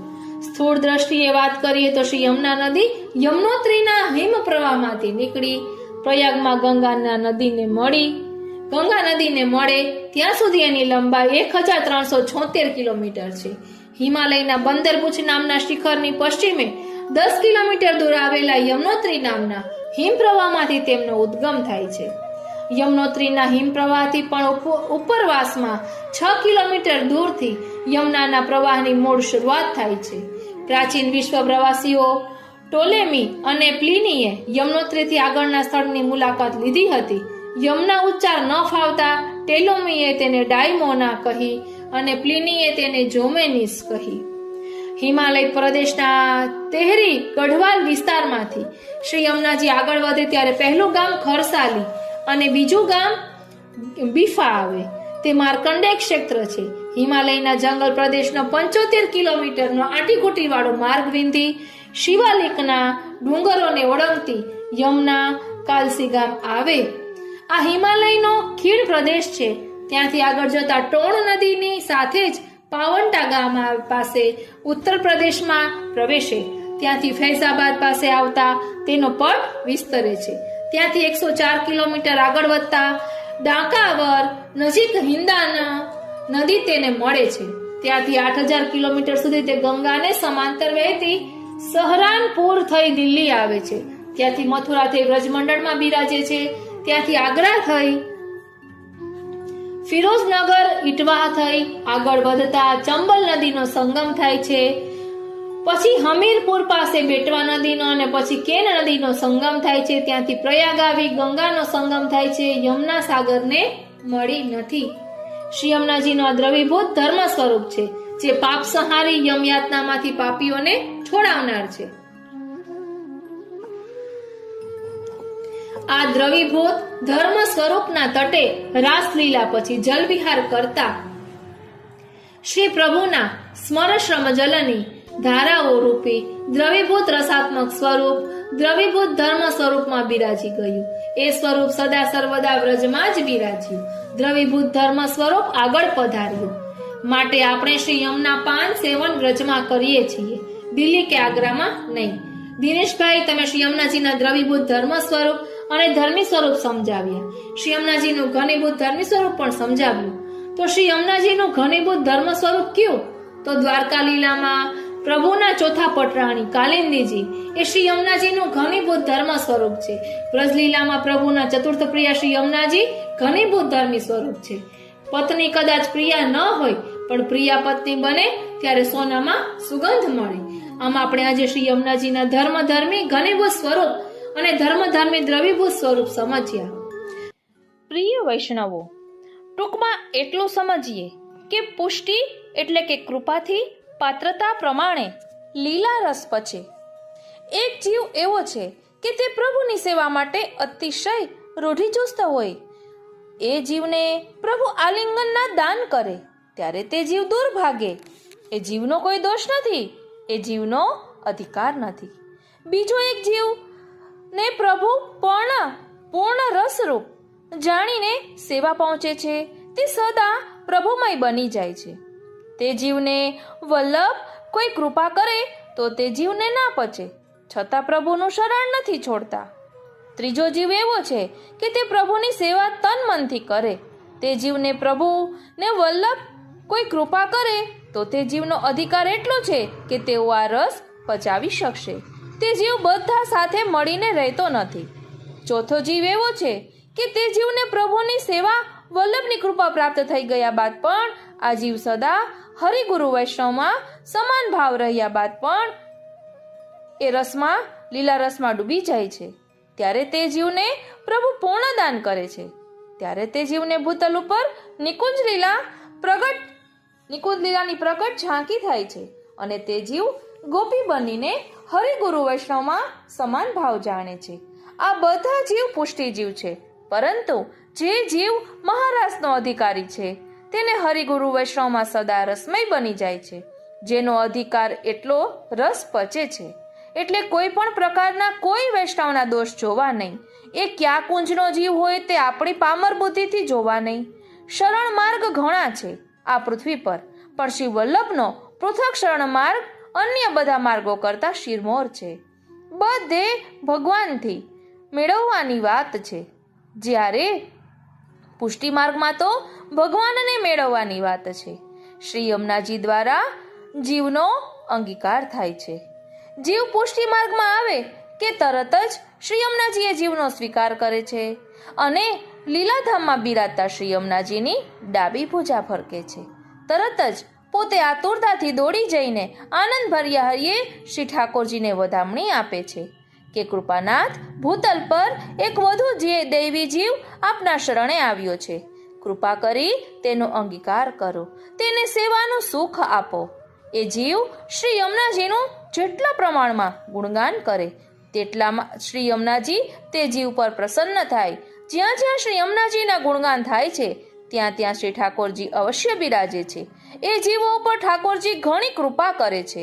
ઠાકોરજી એ જીવોના હૃદયમાં બિરાજી અલૌકિક સુખની વર્ષા કરે છે. આમ શ્રી કૃષ્ણના ચતુર્થ પ્રિયા શ્રી યમુના મહારાણીજીની નિજ ભક્તો પ્રત્યેની તેમની ભાવના અદ્ભુત અને અલૌકિક છે. શ્રી યમુનાજી ભગવત સ્વરૂપ છે, શ્રી ઠાકોરજીની કૃપા શક્તિનું સ્વરૂપ છે. અને શ્રી યમુના મહારાણીજી સ્વરૂપે કૃપા શક્તિ શ્રી ઠાકોરજીની કૃપા શક્તિનું પ્રાકટ્ય ગોલોકધામમાં થયું. તેમજ ઠાકોરજીના લીલા વિહાર માટે અને લીલા પરિકર માટે સુખદાન માટે શ્રી યમુનાજી અલૌકિક રસ સરિતા સ્વરૂપ બન્યા અને શ્રી ગિરિરાજજીની તળેટીમાં વહેવા લાગ્યા. શ્રી યમુનાજી કૃપા કરી આપણા દોષોને દૂર કરે છે અને શ્રી ઠાકોરજીને પધારવાનું મન થાય એવું આપણું હૃદય એક બગીચા સમાન બનાવે છે. આમ શ્રી યમુનાજી આપણા પર